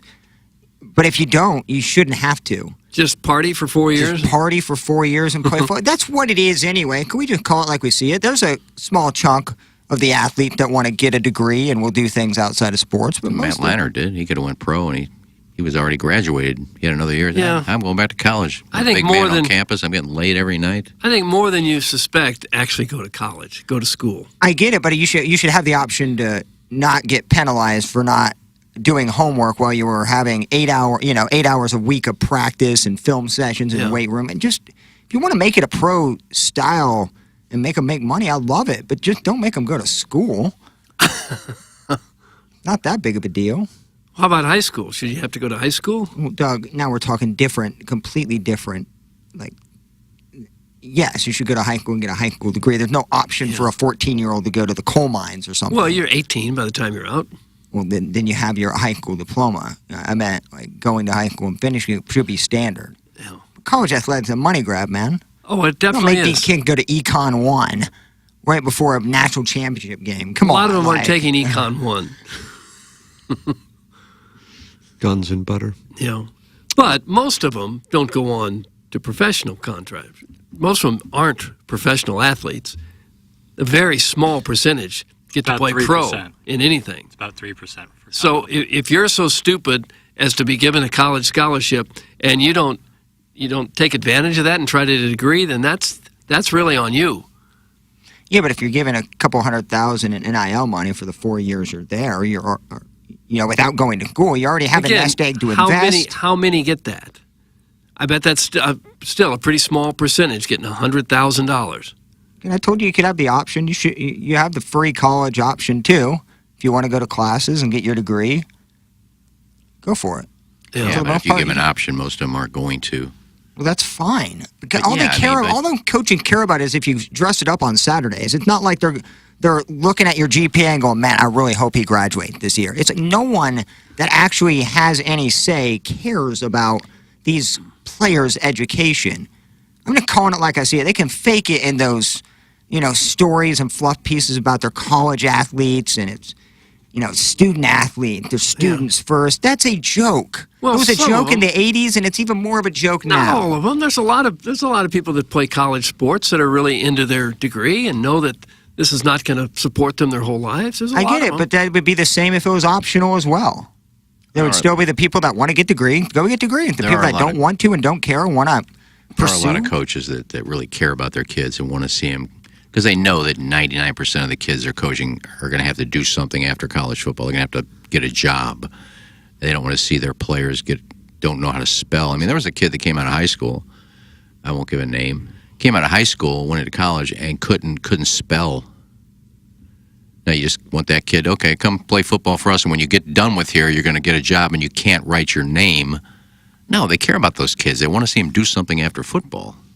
But to throw a 30-hour-a-week football program in front of them along with a college classwork, if they couldn't handle it in high school, he's not going to be able to read or write at a college level and learn real quick while also learning a playbook. If you don't want to learn, you're not going to learn. Well, they get- if that's what you choose a lot of them to get do. tutors to get through, and they don't take a full 15 hours during their season. I think you got to take 12 to be a full-time student, so they take 12 with 2 or 3 cakewalk classes that they can be assured of getting at least a C or something in, and then you're eligible. If I'm Caleb Williams and I'm looking at my class schedule, I'm like, nah. Yeah, if you're one of the premier kids, yeah, it doesn't really translate. But if you're not, like most of them aren't, then you better take advantage of the opportunity to get some kind of a degree and make yourself employable. Guess we just disagree, Doug. Okay. But I still love you. Okay, and I love you, Plowsy. You're quite a guy. Here's the Sexted My Boss podcast. Okay. I don't know what this What's is. it called? I had sex with my boss. Sexted. I'm waiting for the computer to actually load it in there. This is good stuff. This next one is from Melissa. Dear William Jordan and EPB, I'm afraid I have a devastating dilemma for you. I'm currently house-sitting for my parents whilst they're away on holiday for a week. On the first night, after a few glasses of wine, I got under the bed to plug my phone charger into the wall. There I found a very pretty shoebox. Oh, no, don't look in the shoebox under the bed. Based on how vanilla my parents seem, I thought I would do no harm to open the box. No! As it was probably some form of family memorabilia. It's always the vanilla ones. It's them that are like, yeah. Who is this? I was very wrong. Oh, Jesus, why would you look? Oh, I don't even know if I can read this. Why would you bloody look? Why? Imagine my shock as I opened it to find my mother's very large and realistic battery-powered boyfriend. Oh. Hindsight is great, and I know now that I should have left it there, but my curiosity would unfortunately get the better of me. Being alone and horny, and also quite impressed by the XL veiny monster I had in my Veiny? hands. Oh, No, she did not use a monster. Not to go into too much detail, all I'll say is the beast was amazing. It hit all the right spots. I've been using the device for the last 3 days now and thought I'd Google it to see if they had a newer version for me to buy myself, as I can't exactly steal my mother's vibrator when I leave in a few days' time. No apostrophe. The only markings were a faint name on the base embossed in the plastic. Upon closer in... Oh, no! It gets worse! How does it get worse? She's using her mum's... For Christ's sake. No! Oh, God. What is that? Is he moaning? The only markings were a faint name on the base embossed in the plastic. Upon closer inspection, I could now see the brand. It read, Clone a Willy. Turns out I've been getting the best orgasms of my life from a replica of my father's penis. No. How am I meant to proceed from here? We're done. They will be home in a few days, and I don't think I can look them in the eye. What's your advice? Regards, Melissa. Oh, man. I was waiting to see Layers. sign Dotem. Oh. Might as well have been. They're basically just doing what we do, and they're reading. Doug, have we been ripped off over in the UK? Sounds like the They're same reading show. Dear No. Deidre's, except they got an English bloke and sound like a guy from Ireland. Those are topics I don't know if we would even think of making up. That's a new one. Was it a girl that found this or a guy? Melissa. Ooh. He said Melissa. Melissa. Oh, okay, a girl. No, it's fake, but who knows? Yes, it was. I don't know. You think that's fake? Yeah, they're all fake. Yes. I mean, has it happened before? Doug, you always ask. Can you read the next Dear Deidre in an English accent? And then I'll step in. Why, Crocky. I'll be an Australian guy.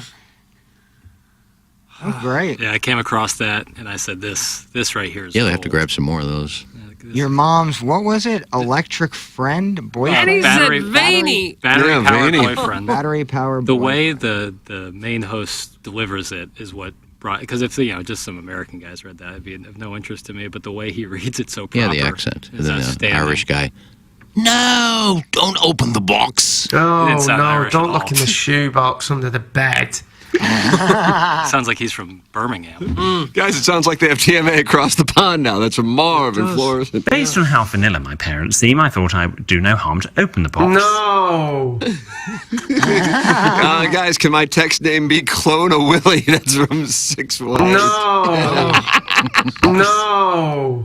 Not the You box. you couldn't help but open a box if you found it under a bed, could you? You couldn't help but do that. I have Okay. to go with the gentleman on Sexted My Boss podcast. He never opened the shoebox. No, that's a podcast. They do this every day or every week. Just Yeah. read I mean, Dear Deidre's. I literally found this on Twitter and have no clue on how often. Is it on Funhouse? No. I found that someone retweeted it. Shout The out only whoever markings retweeted were a it. faint name on the base embossed in the plastic. Upon closer inspection, Listen to the digger in the background. Love that. I love this English version of TMA. English Doug was hilarious, and English Tim was perfect with his delivery. That's from MJ from the wealthy part of North City. Wealthy part of North City. I think the second That guy was Lindell Irish. area, does that count? He does not sound Irish at all. I think he sounds Irish, the second guy.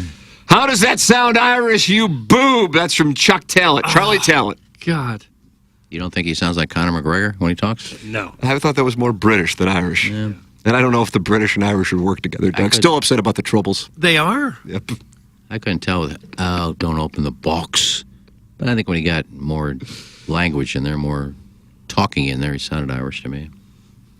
I can't really tell where they're from with that accent. Well, we could tell Irish? Oud was from Belgium right away. Oud, yeah, she was a little bit different. I'm watching Peaky Blinders right now for the first time. Really, Killian Murphy, you can't get enough of him. he's great. Can't he's understand it. Like Jackson really likes that Killian Murphy. He's does. outstanding. He's an You outstanding. gotta watch actor. with subtitles. Yeah, I gave up. But there's a lot of different English, Northern Ireland, Irish accents. So at the moment, I feel like I'm at my best on my. So you can tell Rory's from the north?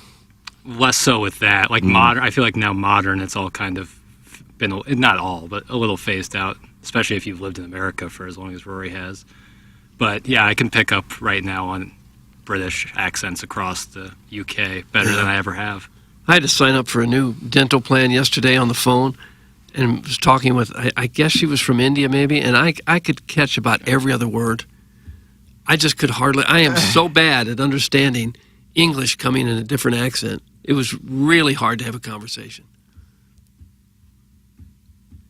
She price gouge you? No. It was just a lot of information I needed to follow, and I kept asking, can you repeat that? I just don't know what that last word is you're saying. Was it from your hair? Because St. Louis Hair Restoration has made you look beautiful. No, look, I can this see them coming. I can see them coming in. Yeah, Like there's long hairs shooting out I got there. some fuzz shooting out there now, and then you will too. If you go to St. Louis Hair Restoration, they will take good care of you, no matter what kind of hair issue you may have. If it's a little in the back or if it's your hairline you don't like, do something about it. The people are right there, experts, some of the best in the country. Dr. Palinga is outstanding, the founder of the company, Greg Kryling. They will sit down with you and have a consultation at the beginning to decide which course of action to take. They truly want you to understand how it works, why it works, and the differences in the technologies that are out there. And their main goal is to guide you in the right direction to make the best decision for yourself. And for me, it was the FUE procedure. That's follicular unit extraction, where they shaved the sides and the back of my head and then that hairline where I needed it. And then they removed the grafts on the side and back where you're not predisposed to male pattern baldness. And then they put the hair where you want them. And then in about 3 months, I'm 2 months in now. They say about 3 months, you'll start to see a lot of hair grow in. 6 to 8 months, a whole lot of hair. And then a year later, you'll get the finished product. So I'm anxious to see where it goes. There was no pain involved at all. It took 4 or 5 hours, but I got to watch TV, and they brought me lunch and everything. The whole thing is very pleasant. And if it's something that's always bothered you, do something about it. Don't just sit there and accept the bad hairline. Jackson is not going to accept it himself. He won't. Nope. Doing something about it. They got me on that finasteride, which I take every morning, super easy. And then the laser cap, put on 6 minutes a night. Couldn't be easier. Watching TV, have that laser cap on. That helps with the regrowth, and the finasteride helps curb the hair loss. I was with a buddy yesterday, and he said, you know what, I think I'm going to need to go to St. Louis Hair Restoration just to get a consultation. He's like, I like what your hair is looking like. I think I need a little bit of that too. And I said, hey man, just go over there and check it out. You're going to be really excited for what they can do for you. Go check them out, stlouishairrestoration.com. There it is. Doug, I guess what we got now is this designer kitty and clean meal of the day. Oh my God. Oh, what do we got? The filtered file had like 8. When I last had it open, it's down to 2. Well, yesterday I forgot to delete yesterday's emails. Okay. So we had 2 emails come in today. No way. That was, I did not, I guess I filtered one out because they used a word that we cannot use. I wonder what that was. Daddies, sup? Did Pop Pout Snout claim he used to be a crybaby? Used to be? How about you still are? Throwing your little hissies about how awesome of a golfer you are? Okay. Boy, Buzz and Steve are right. I know. If I want a piece, call Cletus. Anywho, back to taking photos of my 5 neighbors. Let's get Plowstone to Como. Doug is sexy. Tim, you're the very best. Cuck it, suck it, and flock it. M-I-Z, Flocky the Smurf. Flocky the Smurf. Terrible email. It wasn't bad. There's only one more. That's right. So you got a good chance to win. And it's probably Swope, so. Hey guys, another great one today. Quick request. Can Buck Swope do an analysis on Iggy's comments and responses on the show today? Conservatively, I'd say 85% fall into one of these 3 categories. Number 1, he was immediately and flatly told he was wrong by someone on the dais. Number 2, he said something so preposterous that the dais went silent for 20 seconds before Doug reluctantly said, okay, just to keep the show going. Number 3, he went full Mitch McConnell. First, a crestfallen and silent Iggy, only interrupted by heavy labored breathing. Next, extreme confusion as he struggles to remember the question he was just asked and how we got to the studio this morning. Last, a poorly executed sidestep and topic change maneuver. In his prime, Iggy could dodge and duck with the best of them, but his mispronunciation of commonly used words, improper grammar, and overall poor understanding of the English language has now made this impossible.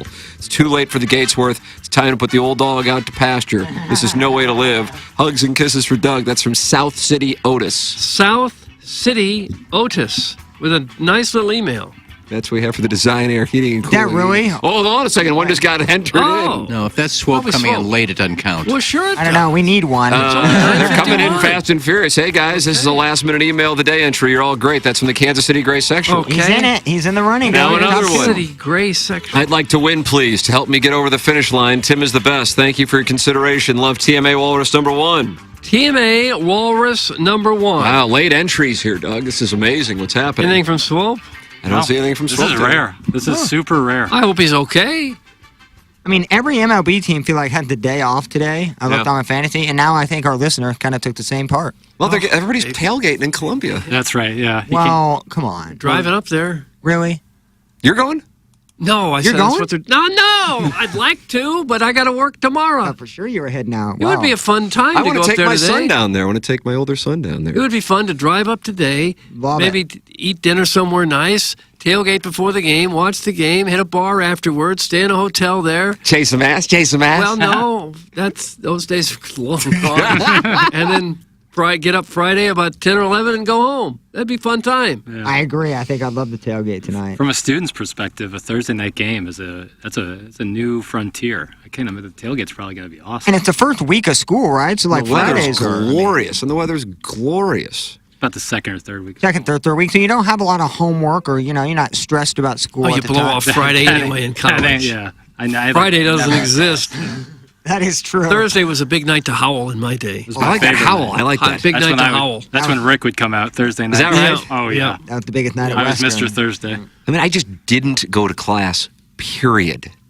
For real. Of the number of classes I had, if I went to 20%, it would be surprising. Wouldn't you like to go back and do it again and try? And go, absolutely. Try. I would. I mean, it didn't matter for what we were majoring in. No. And I happened to be right. I was like, oh, it doesn't matter. It's going to be what's on my tape, as we called it then. Yeah. And I was right. I'm very lucky I was right.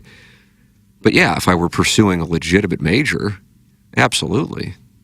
Yeah. Arrested Development, Doug. That's what I had, and it's what I still And then have. as you get older, you get more of a thirst for knowledge Absolutely. where you really want to learn That's all things. I do is I read or listen to books and podcasts now. It's all I do. Anyway, I get my ass ripped for an hour in the middays. So we got to do this design, air, heating, and cooling meal day vote. I'll go for Flocky the Smurf. I'm not voting. Why? And I'm going for Flocky the Smurf. Oh, Congratulations, you have Walrus, won the maybe. design, air, heating, and cooling email of the day. Early exit today. You want to give any thoughts on South Dakota or Missouri before? You could probably record your 12-man stuff. Oh, yeah. I mean, it's not a ton of time, but you can use the computer. I'm going to say Missouri 48, South Dakota State 17. South Dakota, right? It's just South That's correct. Dakota. That changes my mind. 34-20. Oh, boy. I'll say 34-10. Well, I think you're going to play a lot of backups. Drake. That's why I'm thinking the number one defense probably going to play the I'll say game. 38-6. 38-6. I'll go 35-7.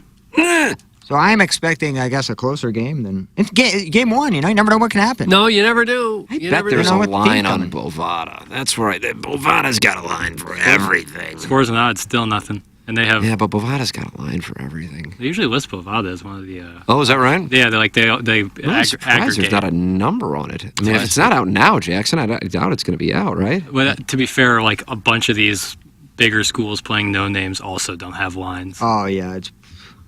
Are they even going to allow bets on Like these Arizona guys? State doesn't have a line yet.